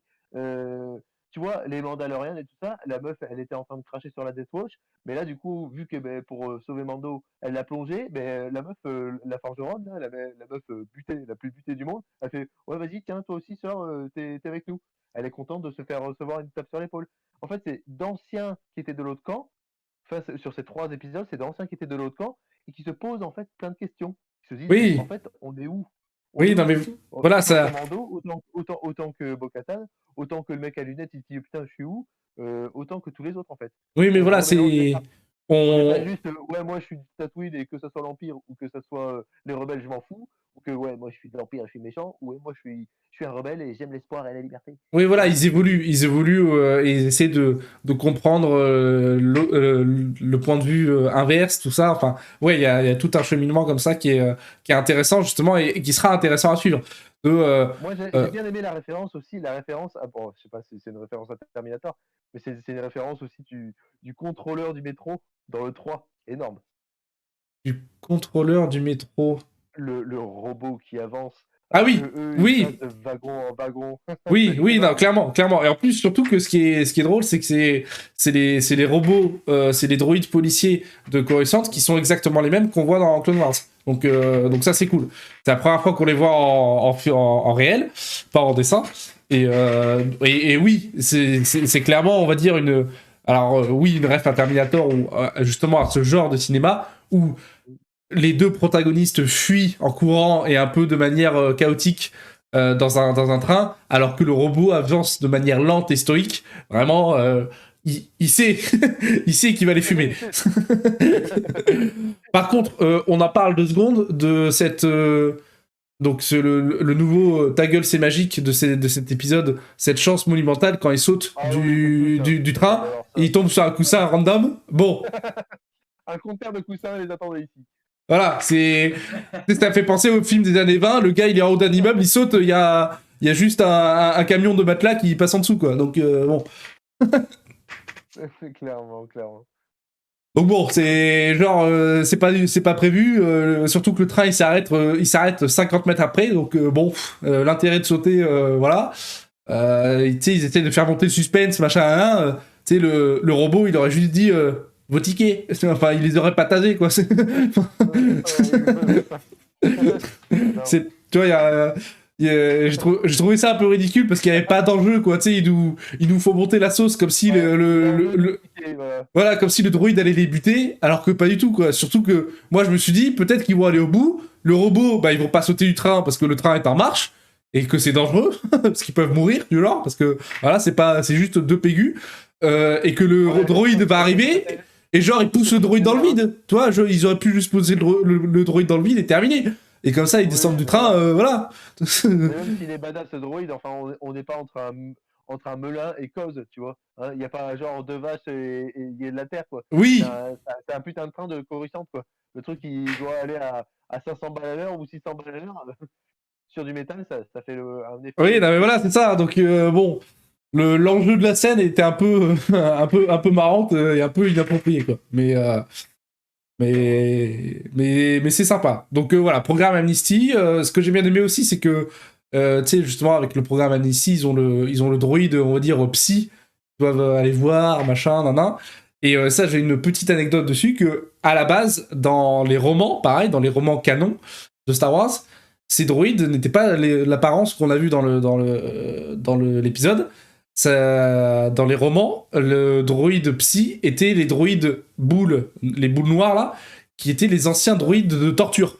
Donc, Dingue.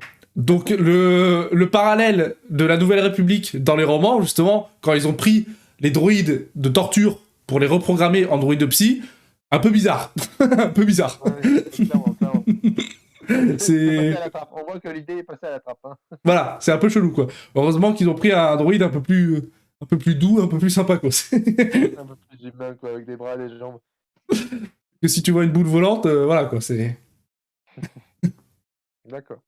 Mais j'ai bien aimé aussi justement le fait de voir là un Star Destroyer en plein démantèlement, tu vois. Bon, après en plein démantèlement, il y a encore le courant, tu peux rentrer comme dans une passoire, tout va bien. Ça, c'est ça aussi, Oui, c'est ça.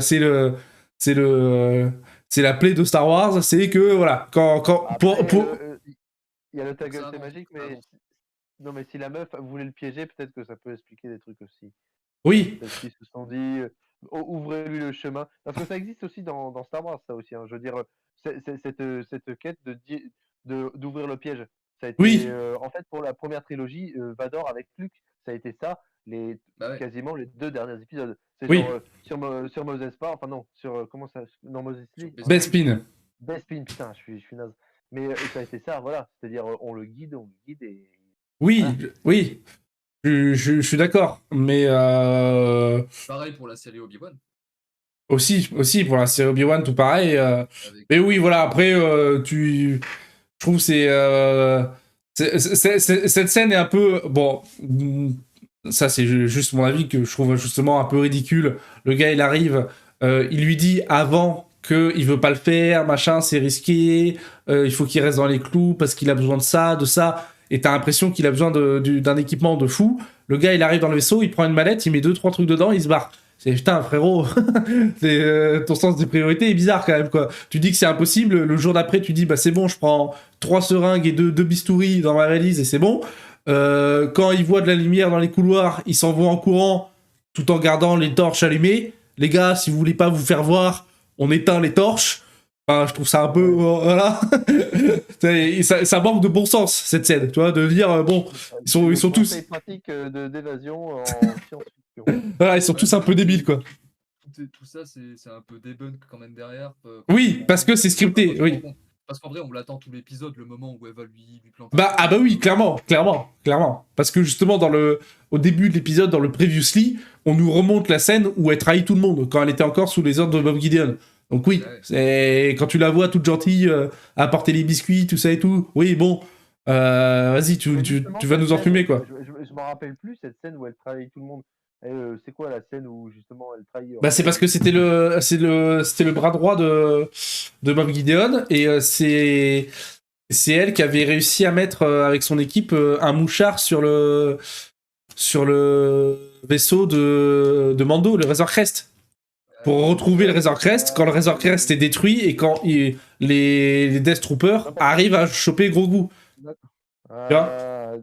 Ouais, parce que sur le Previously, on la voit juste en.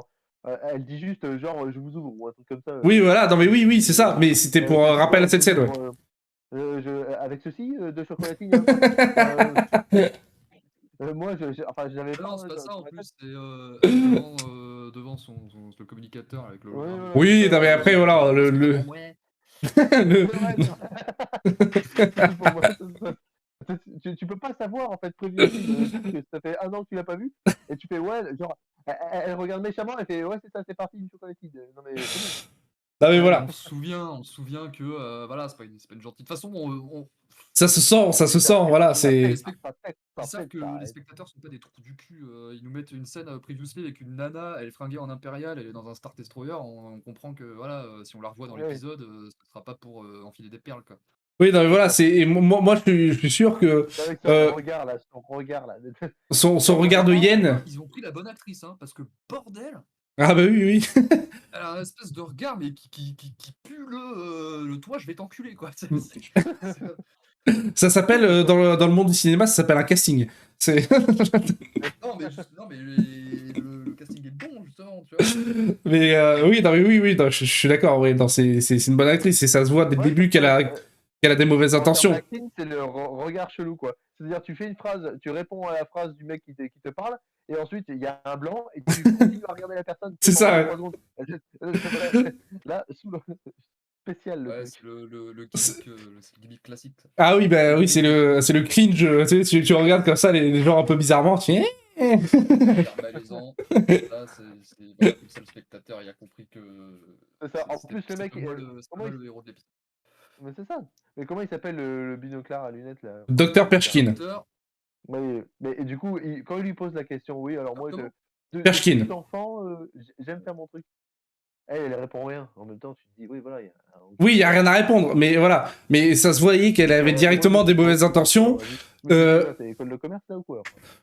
pour en revenir à la scène, pour en revenir à la scène ridicule de l'évasion, moi ce que j'ai bien aimé, c'est que justement quand ils se font choper, là où il y a tous les projecteurs et tout, le petit vaisseau qu'on voit en l'air, c'est les vaisseaux de Coruscant de la garde, de l'ancienne garde des clones là en rouge, les clones de Coruscant, les gardes de Coruscant qu'on voit dans Clone Wars, c'est les mêmes vaisseaux. Et surtout aussi pour soutenir la débilité de cette scène où tout le monde est débile, tu vois, ils courent avec les lampes torches, enfin voilà, j'ai l'impression que sur Coruscant ils sont pas très malins.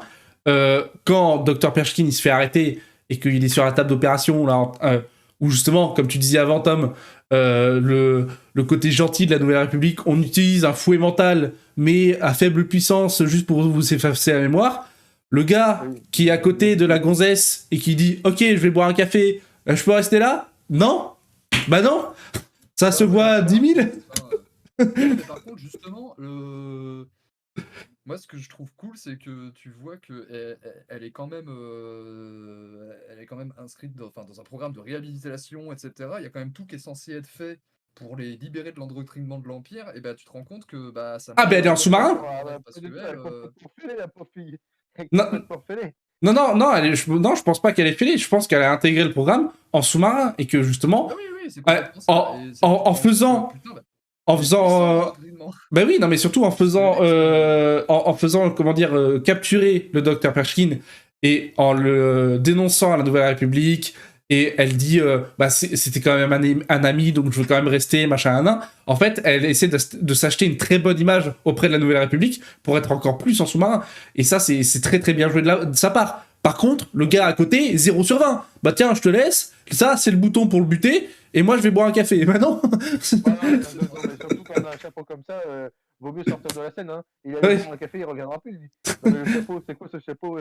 Non mais voilà. C'est un toilette qu'il faut qu'il se respecte. Enfin, je veux dire, c'était un chapeau. Enfin, c'était un millefeuille ou c'était une casquette ou c'était un bob. Je sais pas pour ce que c'était. Et d'ailleurs, petite ref, ref très très fine dans dans cette scène où quand le docteur Perchkin est sur la table et que y a un Mon Calamari qui est à côté et qui lui explique que tout va bien, machin, que lui il a fait aussi ça et que maintenant il va mieux. Non mais c'est bref, ouais, le piège. Parce que justement en VO, le docteur Perchkin il dit it's a trap. Et donc, magique. nous on le voit en VF, donc voilà. Mais en VO il dit it's a trap. Et en plus à côté d'un gars comme ça régale. Quoi. C'est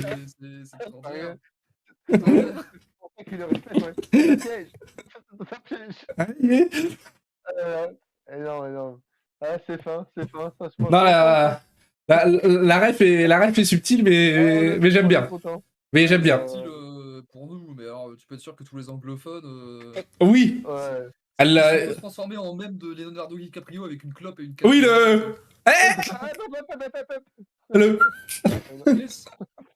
le petit sifflement là, il est incroyable celui-là.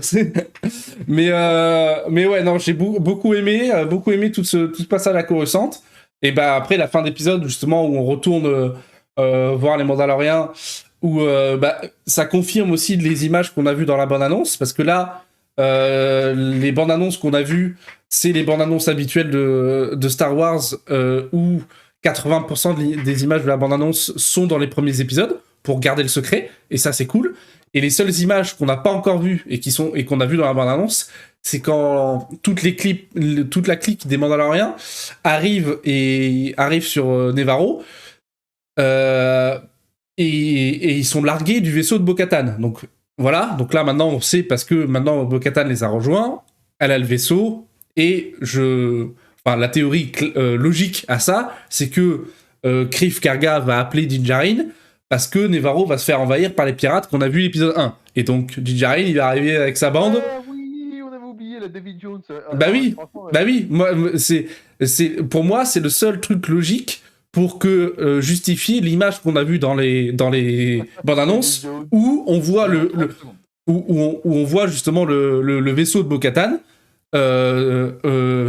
au-dessus de Nevarro, et t'as tous les Mandaloriens qui se larguent avec leur truc, leur roquette dorsale. Et le seul argument, c'est parce que David Jones, il est arrivé sur Nevarro. C'est tout. Oui. Donc ça, c'est les rares images qui nous manquent. Mais après, c'est que de la surprise. Donc ça, c'est cool. Et justement, le fait, comme tu l'as dit au début, Tom, avec Bo-Katan qui est à nouveau adoubé parmi le credo, tout ça. Qu'elle lui dit t'as pas enlevé ton casque, machin, nan. Clairement, pour l'instant, elle joue le jeu, mais j'y crois zéro qu'elle va rester. Oh, mais bien sûr. C'est... Dire, oh non, c'est bon, c'est des trous de balle. Voilà, je pense. Voilà, qu'est-ce que j'ai raté? Qu'est-ce qui se passe? Quoi? Qui ça? Mais mais je suis sûr que Bo-Katan au bout d'un. Jim était en train de dire que ton amour transi va forcément enlever le casque au bout d'un moment. Si, voilà. Mais j'espère. Mais voilà, c'est sûr qu'elle va pas garder le casque, et elle va pas dire béni oui oui au credo pendant très longtemps, quoi. Je pense que dès qu'elle aura trouvé un moyen de chevaucher le mythosaure, c'est terminé, quoi. C'est à toi, cheese. Et mais voilà, mais en plus aussi, moi ce que j'ai bien aimé, c'est que putain, il était long cet épisode, 58 minutes. Donc un peu moins avec le générique, donc on a eu et on a eu je trouve que c'était un bel épisode de transition, parce que justement toutes les questions, les questions posées dans l'épisode 1 ont été répondues dans l'épisode 2, parce que l'épisode 2 ils l'ont torché, tu vois, on s'y attendait pas. Et donc boum boum boum, hop ça, les eaux vivantes, boum boum, Mandalore, tap tap, terminé. Épisode 3, transition, on part sur Coruscant, on monte de nouveaux personnages, machin et tout, et on lance une nouvelle quête, on va dire, principale. Et là, c'est vraiment, je pense que le prochain épisode sera vraiment dinguerie, parce que, voilà, ils ont lancé les 3 premiers épisodes avec beaucoup de dingueries, beaucoup d'infos, beaucoup de contexte, de personnages et d'histoires. Et là, maintenant, ça va dérouler, là. Là, ça va être bien, je pense. Hein. La série est lancée, quoi. Ouais, de ouf. Parce que du coup, là, y a l'Empire à travers Machine là, reprend du galon un peu, quoi. L'Empire à travers Machine. Vas-y, explique-toi. Le bras droit de Moff Gideon, là. Ah oui. En Soum Soum. Oui, tout à fait. Regarde chelou, là. Regarde chelou, on va l'appeler, voilà. Les yeux malaisants, là. Voilà. Et moi, du coup, par contre, je suis sûr que Gideon, on va le revoir. Bah oui, ça serait. J'ai pas envie de le revoir. Bah j'ai pas envie non plus, mais c'est le choix le plus logique pour. J'ai pas envie. En tout cas, on a les pirates, on a les Mandaloriennes, et on a Pseudo Gideon, enfin on a le naissant nouvel ordre et les rebelles. C'est bien, on a 4 acteurs qui vont se taper dessus. Alors les pirates, je pense que ça va être réglé en un seul épisode. Hein. Je pense que les Mandaloriens, ils vont arriver sur Nevarro, ils vont buter tous les sous-fifres. T'as Din Djarin qui va arriver sur le vaisseau du roi pirate. Il va sortir son sabre. Juste avant, il sera entraîné avec Bo-Katan. Il va le couper en sushi. Terminé. Hein, c'est... En sushi. Ouais. C'est un tronc, le gars. C'est un David Jones. C'est vraiment, il est pas perdu dans l'espace. Il va faire un feu de bois et voilà. Non, c'est un sushi, du coup. Il va le Ah oui, découper, ah il va oui. faire des algues, il va faire sécher tout ça. Ah bah oui, un sushi, c'est ça. Voilà. Ah, d'accord. Ouais, ok. Bah, J'a- d'accord, ok, les pirates, on n'en parle plus. Voilà, on verra. Ah, Et il va faire un truc à la française, il va faire un clin d'œil à Uderzo, il va faire, bah, ça sera peut-être les pirates de Obélix et Astérix. Ils sont toujours là en train de se plaindre, et au final, ils se sont tapés dessus, hop là, à l'ancienne. oui, bah évitons de parler d'Astérix et Obélix et du flop Oui, que oui, Guillaume oui. Canet est en train de se prendre plein visage. Mais bon, ça, c'est une autre histoire. Fallait s'y attendre, avec un film de merde, fallait s'y attendre. Bref, Là, c'est pas de la science-fiction, c'est de la réalité. voilà. Et, et aussi, justement, aussi pour finir sur cet épisode 3, et même sur l'ensemble des 3 épisodes, et aussi de la série Bad Batch qui est en train de continuer là. Ah, j'ai pas vu le nouvel épisode. Ouais, il est pas fou. Il est pas fou. Si tu veux te taire aussi. Non, si, je me suis mis à jour. Les épisodes d'avant que j'avais pas vus, ils sont sympas. Ils font avancer la quête principale avec Crosshair, avec peut-être Rex, tout ça et tout, c'était sympa. Là, l'épisode de cette semaine, c'est un épisode transition où en fait, c'est l'épisode où toutes les quêtes principales sont terminées. Donc, et comme on arrive en fin de saison de Bad Batch, aussi deuxième fois. les derniers épisodes de Bad Batch, là, ça va être. Ils vont nous lâcher des dingueries, j'espère. Parce que s'ils nous lâchent des épisodes de merde, au bout d'un moment, faut sortir les pouces du cul, quoi. Bref, et voilà, tout ça pour dire que justement sur Mandalorian et Bad Batch, je trouve que là, Star Wars et Disney insistent beaucoup là-dessus. On parle beaucoup du clonage. Le Dr. Pershkin qui était dessus. Bad Batch, enfin voilà, faut pas être non plus con pour comprendre que Bad Batch, ça parle de ça. Justement, le fait qu'ils appuient énormément là-dessus, sur les 2 séries qui sortent actuellement. Ça veut dire que Disney vont créer un clone prochainement aux États-Unis? Non, mais en fait, ça, je pense que c'est pour amorcer c'est pour amorcer la transition vers la postologie, justement, où la postologie parle de ça, du clonage de Sidious, parce que Sidious, c'était son rêve ultime de vaincre la mort, et donc peut-être que les travaux de Moff Gideon et donc du Dr. Pershkin ont servi à ça. Donc je pense que justement Disney, en faisant cette série qui est quand même axée pour les fans de la première et deuxième trilogie, pas de la postlogie, essayent de créer une transition avec leur postlogie, tu vois, ils essaient de forcer, de dire, voilà, tu vois, c'est pour ça que peut-être, tu vois, les hypothèses que j'ai mis tout à l'heure, que peut-être que le premier ordre arrivera, tout ça et tout, tu vois, je pense qu'ils essaient de faire une transition là-dessus. Mais voilà. Parce que ils ont. quand même qu'ils se servent de ce qui se passe dans The Mandalorian pour faire un si, regardez, en fait, c'était cohérent. C'est tout le but parce que je te rappelle que tout le merch de Star Wars c'est moitié Mandalorian et moitié postlogie, hein. Faut vendre mon gars, il y a plus le temps là, il y a de l'oseille en jeu, donc de Lucas quand il a créé le 1, 2, 3. voilà. Donc bon. Il n'y aura plus de Jar Jar Binks, les amis. Maintenant, il y a des gros goûts et des porgs, c'est ça? Ou un truc comme ça. Oui, les porgs, ouais, c'est ça.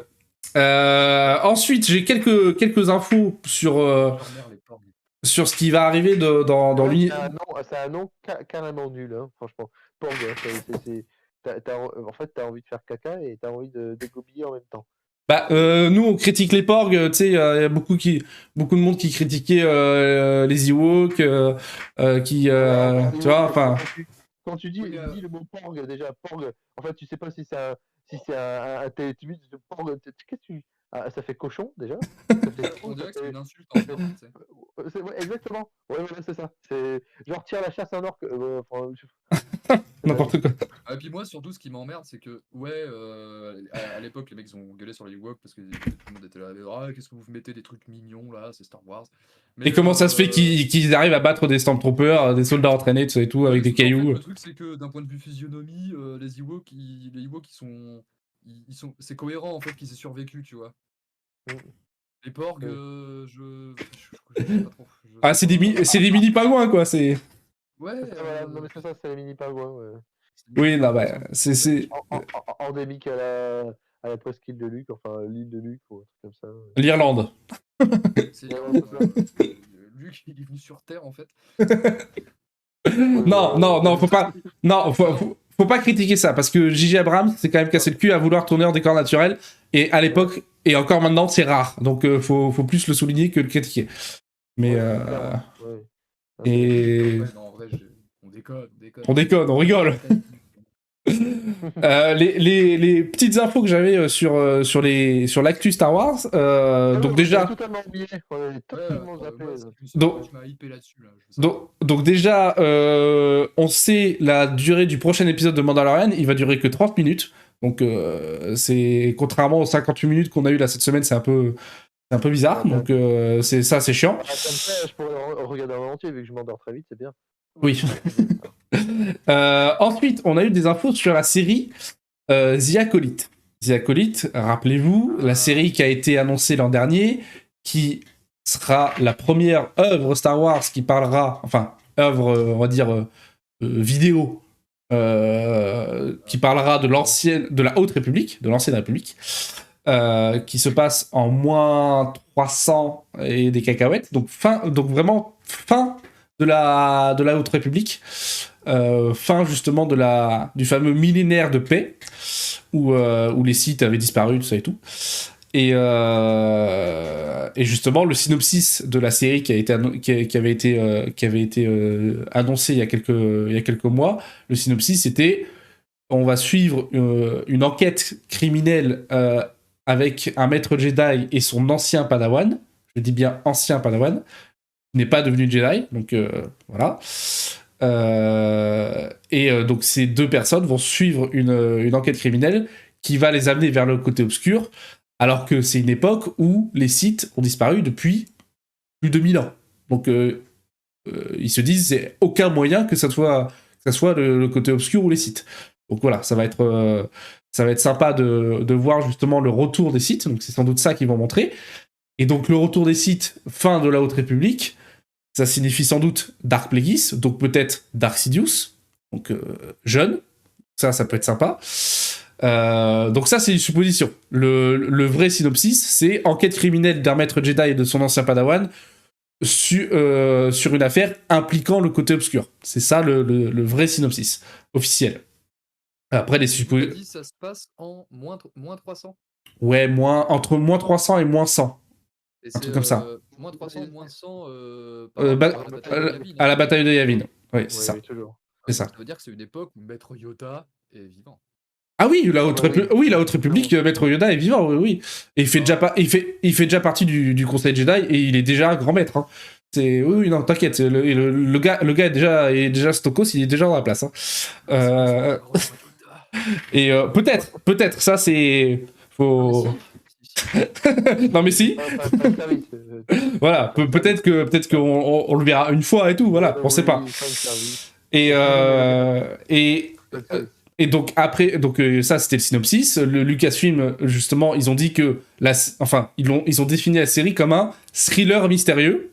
Donc bon, voilà, c'est un peu pompeux, mais on fait avec.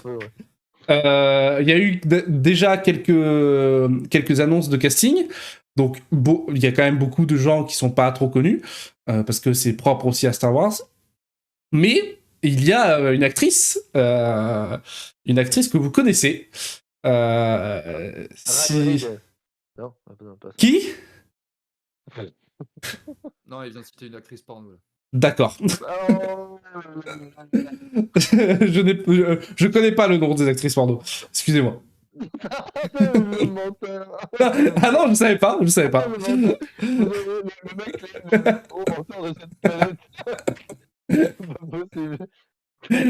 Et c'est une actrice que vous connaissez qui a joué un rôle majeur dans un autre film de science-fiction. Vous pensez à qui? Ah, super. Super. Qui n'est pas Star Wars, évidemment. Qui n'est pas Star Wars. Science-fiction. Alors attends, déjà quelle licence c'est, tu vois? Est-ce que c'est un film de science-fiction? Alors c'est un film. Est-ce que c'est Zendaya? Non. Quoi? Zendaya? Ah non, dans Dune? Ah oui. Non, alors elle a fait... c'est vraiment une des actrices principales du film de science-fiction dans lequel elle joue, et c'est une saga. Il y a plusieurs films. Est-ce que C'est pas la meuf c'est d'Alien. est-ce que c'est le Non, film c'est Star pas Trek? la meuf d'Alien. Non. Non, Star Trek qui se mélange à Star Wars, non. Non, ce n'est pas Sigourney Weaver dans Alien, parce que Sigourney Weaver, je te rappelle que elle approche dangereusement des 70 ans. Bah oui, mais ça reste quand même une femme, Jim. Oui, oui, non mais... Au-delà d'un certain âge, tu es humain, tu vois. Le mec, oh la vache, oh le sexisme. Non mais elle est trop vieille pour jouer, elle est trop vieille. Le mec il dit bah non, c'est pas une femme, c'est un troll maintenant. N'importe quoi. 73 ans, elle a. Ah la Attends, vache. une saga de science-fiction. Saga, mais ultra connue. Hein. Et que vous kiffez. Hein. Harry Potter, non. Allez, un autre indice, il y a 4 films dans cette saga. Retour vers le futur. Non. Et vraiment, elle joue un rôle principal. Hein, C'est pas le... Ok, c'est de l'ironie. D'accord, ok. Principal rôle ironie avec un arc et des flèches, non? Hunger Games ou un truc comme ça? Non, non, j'ai dit un film de science-fiction. Alors, de qualité. Ah, ça bâche du. Ça bâche du. La planète des singes, tu comptes ça Pas si vieux, pas si vieux. Le mec, à la place des singes, on a tous pensé très fort. Je les ai pas vus, moi, les derniers films, La planète des singes. Ah, tu me fumes. Je sais pas. Merde. Tu nous as tué. Oh yes. Alors, Je sais pas, ouais. Je suis mort de rire là. saga de science-fiction, 4 films. Le rôle principal n'est pas tenu par elle, mais elle est le numéro 2 du film. Clairement. C'est toujours quand les trucs, c'est censé être les plus évidents que. Oui, Allez, bah, donc là, non mais là c'est vraiment facile. Donc dernier indice où là c'est obvious. Le premier film de cette saga est sorti en 99. Putain, les gars, là, c'est compliqué là. Vos, compliqué, c'est quoi? vos classiques là, faut les réviser, hein, putain. Mais science-fiction? Science-fiction, premier film sorti en 99. Il y a eu 4 films et une actrice majeure dans ce film. Dingue. Je vais demander à Google, hein, c'est possible. Non, te demande pas Google. Sur IMDb, je prends pas les couilles. On ne triche pas. Oh, d'accord, je sais pas. Attends, mais je suis sûr, il va le dire et on va se sentir trop con. Ah bah là c'est sûr. Hein. Ça, là c'est sûr. Hein. Là c'est sûr. Si je vous dis, alors quel indice je peux dire il y a beaucoup de coups de feu dans ce film. Au moins pour trouver la licence. Il y a beaucoup de coups de feu dans ce film.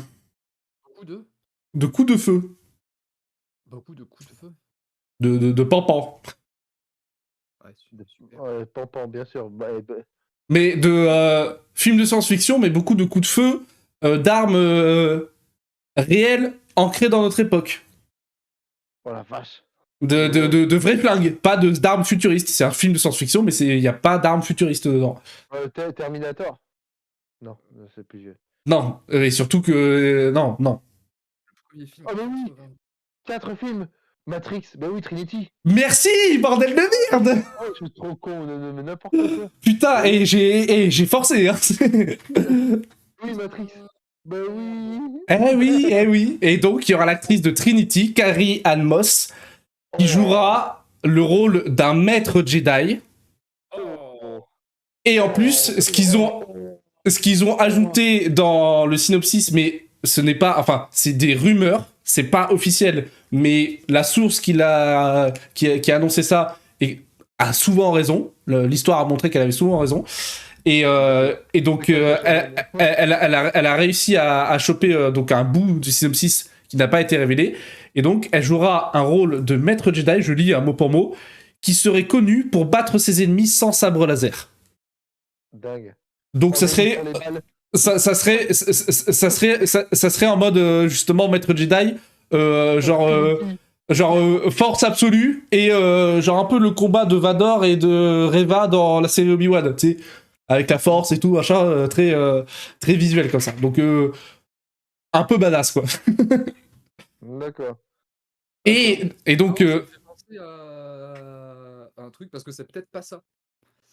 C'est peut-être pas ça parce que tu vois, c'est dans KOTOR en fait, tu vois, dans Star Wars KOTOR, oui, où on avait introduit, mais je sais plus si c'est resté canon en fait cette capacité de la force, je sais plus comment ils avaient appelé ça, la méditation de combat, je crois, un truc qui est censé pouvoir en fait faire perdre toute volonté de se battre, Bah, la force, quoi. ou justement, ou à l'inverse galvaniser en fait ah peut-être, hein, la volonté de se battre. peut-être je sais Il y a un pas. personnage, Bastila Shan, je crois, je sais plus son nom de famille, qui est dans KOTOR, qui était très très importante, qu'il fallait retrouver parce qu'elle était, comme elle avait cette capacité extrêmement rare parmi les Jedi, justement, c'était un petit peu la clé de voûte de la stratégie de la Haute République D'accord. Ouais, ouais.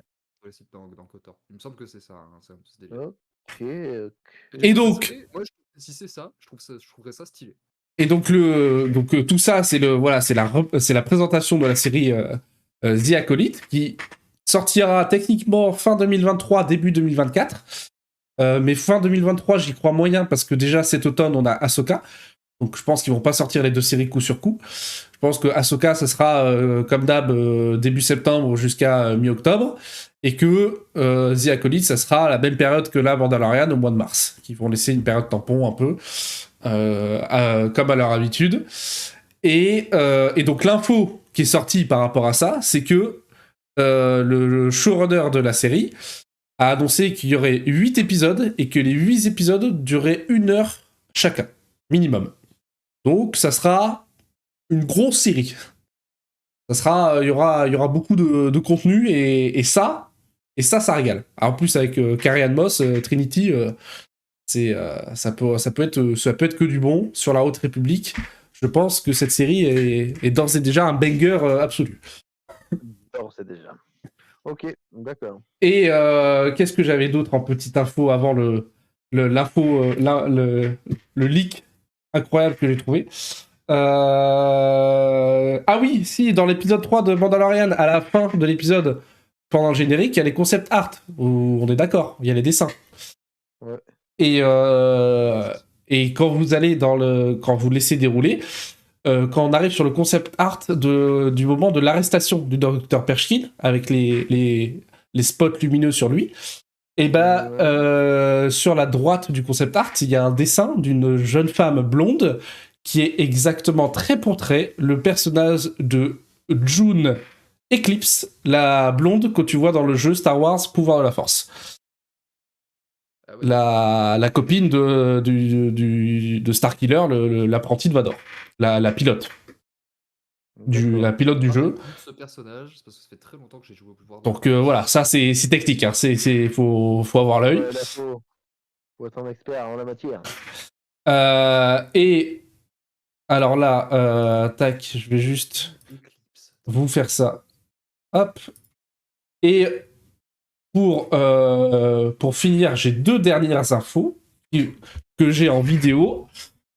Zim Zam Zoom, je vous montre ça de suite. Je vous montre ça de suite.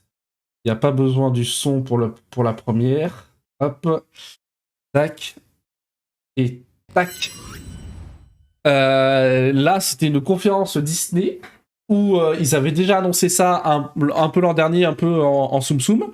Mais là, ils ont fait une présentation. Donc, ça sera dans tous les bons magasins Star Wars Disney. Mais pour l'instant, ce n'est disponible que dans l'hôtel Star Wars à Los Angeles, dans le parc de Disneyland.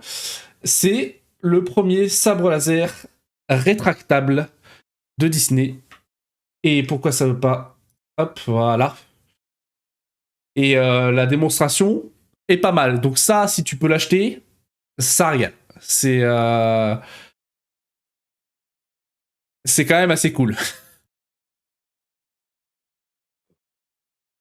Pas ce que vous en pensez. Là, Ouais. j'ai un enfant là. C'est pas mal. Toi, t'es un enfant, qu'est-ce qui se passe? J'en veux un. Tu vois le stream, Tam, ou pas? Ouais, là on le voit. Mais du coup, Et donc, ouais, comment ça marche? Alors là, aucune idée. Hein, mais un vrai sabre laser. c'est coolos, quoi. C'est le rêve le rêve qu'on avait quand on était gamin, quand on avait les sabres laser en plastique qui se rétractaient. Combien C'est pas mal. combien ça coûte? Nous, avec les tubes Kill là, avec la grille lumière. Jockey, combien ça coûte? Shut up and take my money. Combien? Je sais pas. Et la dernière info que j'ai, on va dire, 1, 2, 3, 4. sur Star Wars, c'est il y a eu pendant un court instant, ça a été très vite supprimé, mais j'ai eu le temps de la télécharger.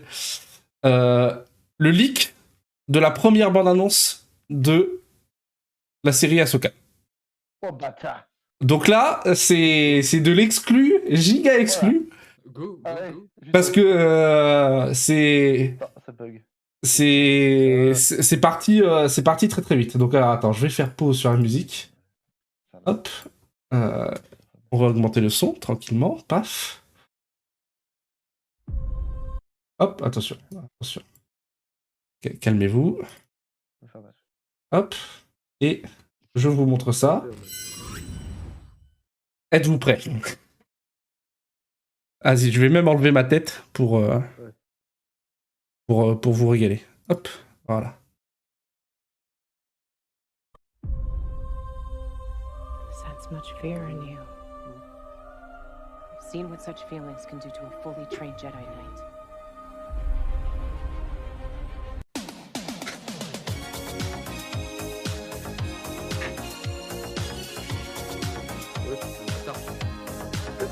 Oh le con.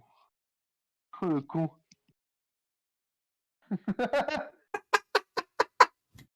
Il est trop con lui. Let's go! Et l'important c'est de rire de ses propres blagues. Let's go!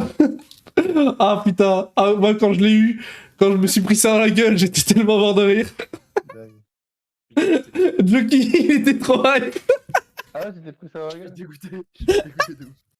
Surtout en plus le gars il a fait l'effort de mettre un petit truc au début et tout. De ouf. Moi en plus j'étais bien, tu vois, j'ai remonté le son de ton stream et tout.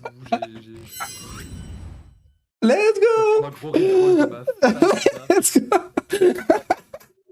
Alors, Ah ça me régale. Ça, franchement, j'aurais pas dû t'acheter Sons of the Forest. ça me régale. Ça me régale. Mérite pas. Franchement, en plus, franchement, quand le gars il a posté ça, tout le monde était fou. Et quand je l'ai vu, je me suis dit, ah le bâtard. Ah le bâtard. Non, c'était un régal. Ah, régal. J'aurais tellement aimé voir ta gueule. Voir ta tête. Dégoûté devant le stream. Moi j'étais en poker face devant mon écran là, j'étais. Surtout que t'as le petit début avec Ahsoka, machin, avec Anakin. Tu te dis ça peut être cool et tout. Ça y est, c'était trop bien là, j'étais là en mode. Oh, excellent. Non. Let's go! Oh, let's go. Oh, ça a fait son effet. Oh, je suis trop content.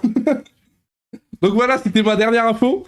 Le leak de la série Quelle info extraordinaire. de la série Ahsoka. Putain, merci beaucoup, Jim. Franchement, je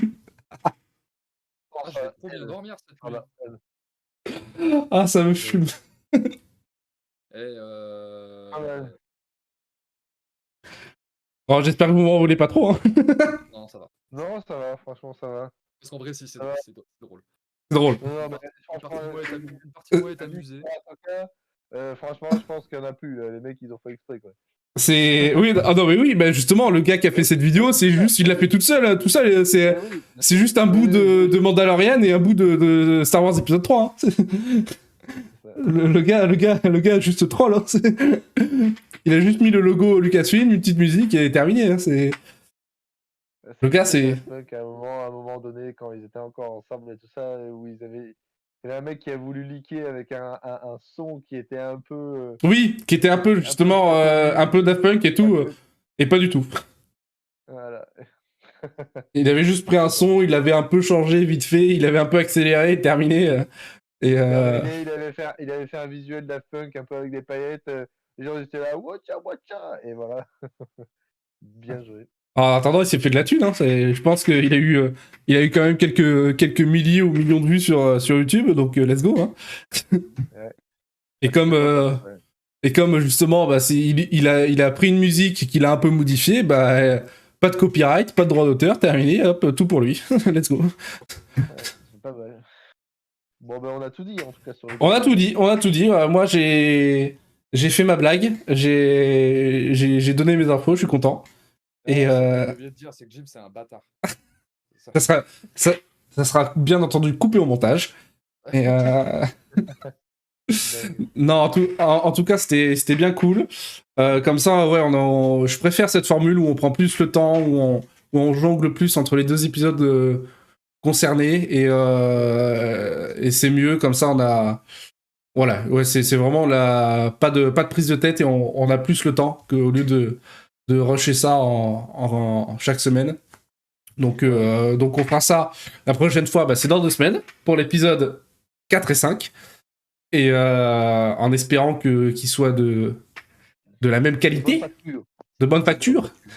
Ouais, Et c'est bien, ça te laisse un vendredi sur 2 du coup pour parler d'autres sujets, tu vois. oui, bah en plus surtout que j'ai déjà prévu quelque chose vendredi prochain qui sera un peu plus méta pour la méta Twitch, qui fera sans doute peut-être plus de vues, et même si c'est un concept plus simple.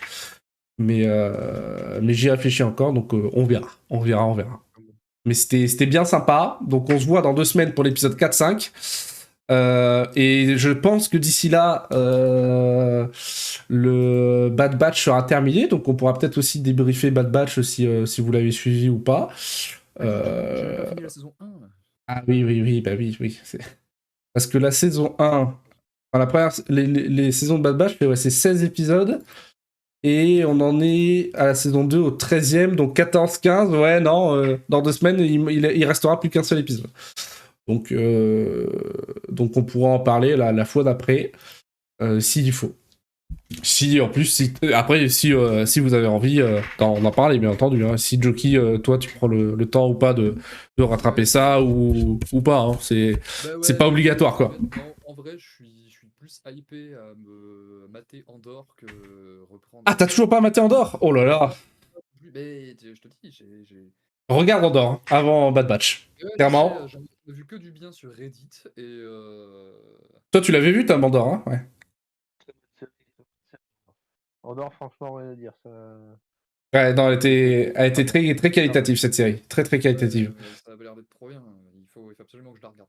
Et Bidouille qui arrive pour la fin, let's go. Il avait dit qu'il regardait l'épisode 3 et qu'il revenait après, il revient, et ben je vais pouvoir débriefer avec toi, Bidouille. Bah oui. Ouais. Et nous, on se casse. Enfin, du moins, moi. Ce fut fort intéressant, oui, bah très bien. Bon, on en parle après Bidouille, y a pas de souci. En tout cas, merci les gars, merci d'avoir été là, c'était cool. On se tient au jus pour dans 2 semaines, épisode 4-5. Nous un peu plus tôt, Joki, et bonne soirée et bonne nuit à vous. Tu me diras Hasta la vista. comment s'organiser. Bonne nuit, les amis. Yes. Bisous, bro. Bisous. Ciao. Bisous, bro. Allez, bisous, Ciao. bisous aussi. Et ciao, Joki. Allez, Bisous le chat. bisous à la famille. Bisous.